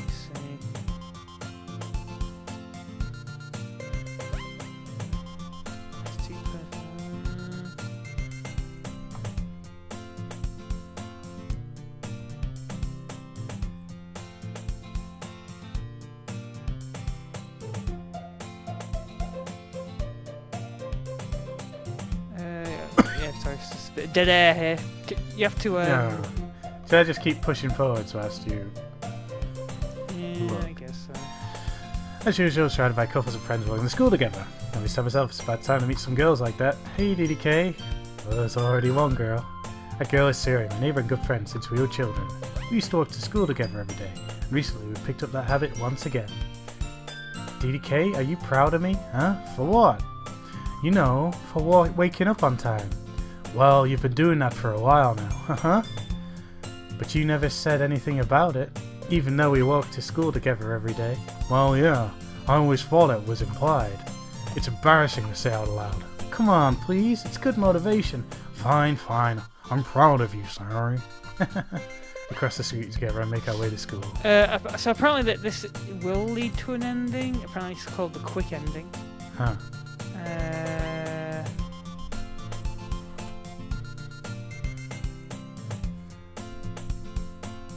Streets become speckled with other students. It's kind of hard. I guess you've technically achieved an ending at this point. Oh, so we have beat the game per se. Yeah, I guess you've essentially beaten the game. Anything else is like a bonus ending at this point. Oh, I see. More or less. Do you reckon then we should just score the game and be done with it then? Because we kind of... Or do you want to mine the game for more endings?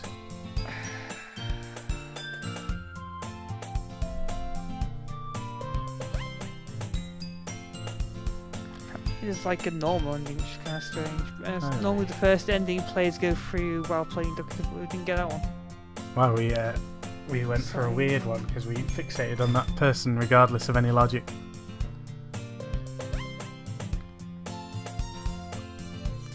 Sounds like I feel like we should probably stop here, yeah, because the rest of the endings sound kind of convoluted to achieve.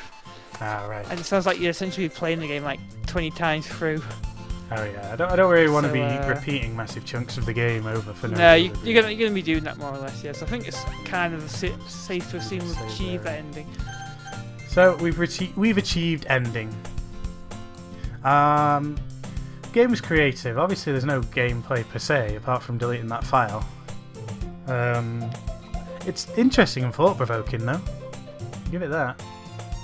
It's pretty cool. It's how can I say it? It's kind of a shame. I'd say it's like wrapped up in this visual novel. Well, I think they were trying to. Yeah. That's what I'm kind of saying. I'm kind of saying it slowly. I'm kind of thinking that I guess the whole point is like the visual novel too. It's like you know, one of the characters essentially becomes sentient in a visual novel, right? That's the whole point of it. I don't know. Yeah, I guess in that context, it's cool. I mean, it's a free game as well, right? So whatever. Yeah, it's pretty cool. So the game, it's kind of, it was, yeah, as Smegzilla once said, the game is kind of similar to Confess My Love, really. Although Confess My Love actually, you know, had the trappings of a game. At least you could walk around and move. It was, yeah. I'd say I prefer this game in its twist. Yeah, clever I prefer twist. this game in its, I like the whole fourth wall thing. It's pretty cool. But Broke the fourth wall. Damn it. Gonna take us ages to repair that. I'd be willing to give this game a 5.5 because yeah, it was pretty entertaining and well written, although a little strange in places. yeah, 5.5. Yeah, so to give it middle of the road, but I like the twist. I give it a 7. oh, a 7. So that makes. Hang on, let me do the math here. 6 point. Whoops! That scared the. That because I pushed the keypad, which triggers that. It scared the living daylights out of me. You will not realise how much that scared me. Right, 6.25, right? No, that's wrong. I don't know. 6 point. You put 7. I put 7. And halfway. Yeah, that's right. 6.25. So, pa-ching! Reading here, apparently Natsuki's death. Apparently, it's only really focused on Yori and Sayori, right? So Yeah. Natsuki apparently can't really die. Huh. It says here that apparently if you get close to her, Natsuki's eyes, and apparently she'll just begin to glitch out, and then she'll die, but they won't count as it being canon. Huh. So predominantly there's some other hidden endings, but we've seen the game, most of the storyline paths go to hit the same general Yeah, it would be like playing this game for a million years if we went through them all. So yeah, it's best we stop here. Yeah, well, the thing is, you can apparently play around with like deleting different character files.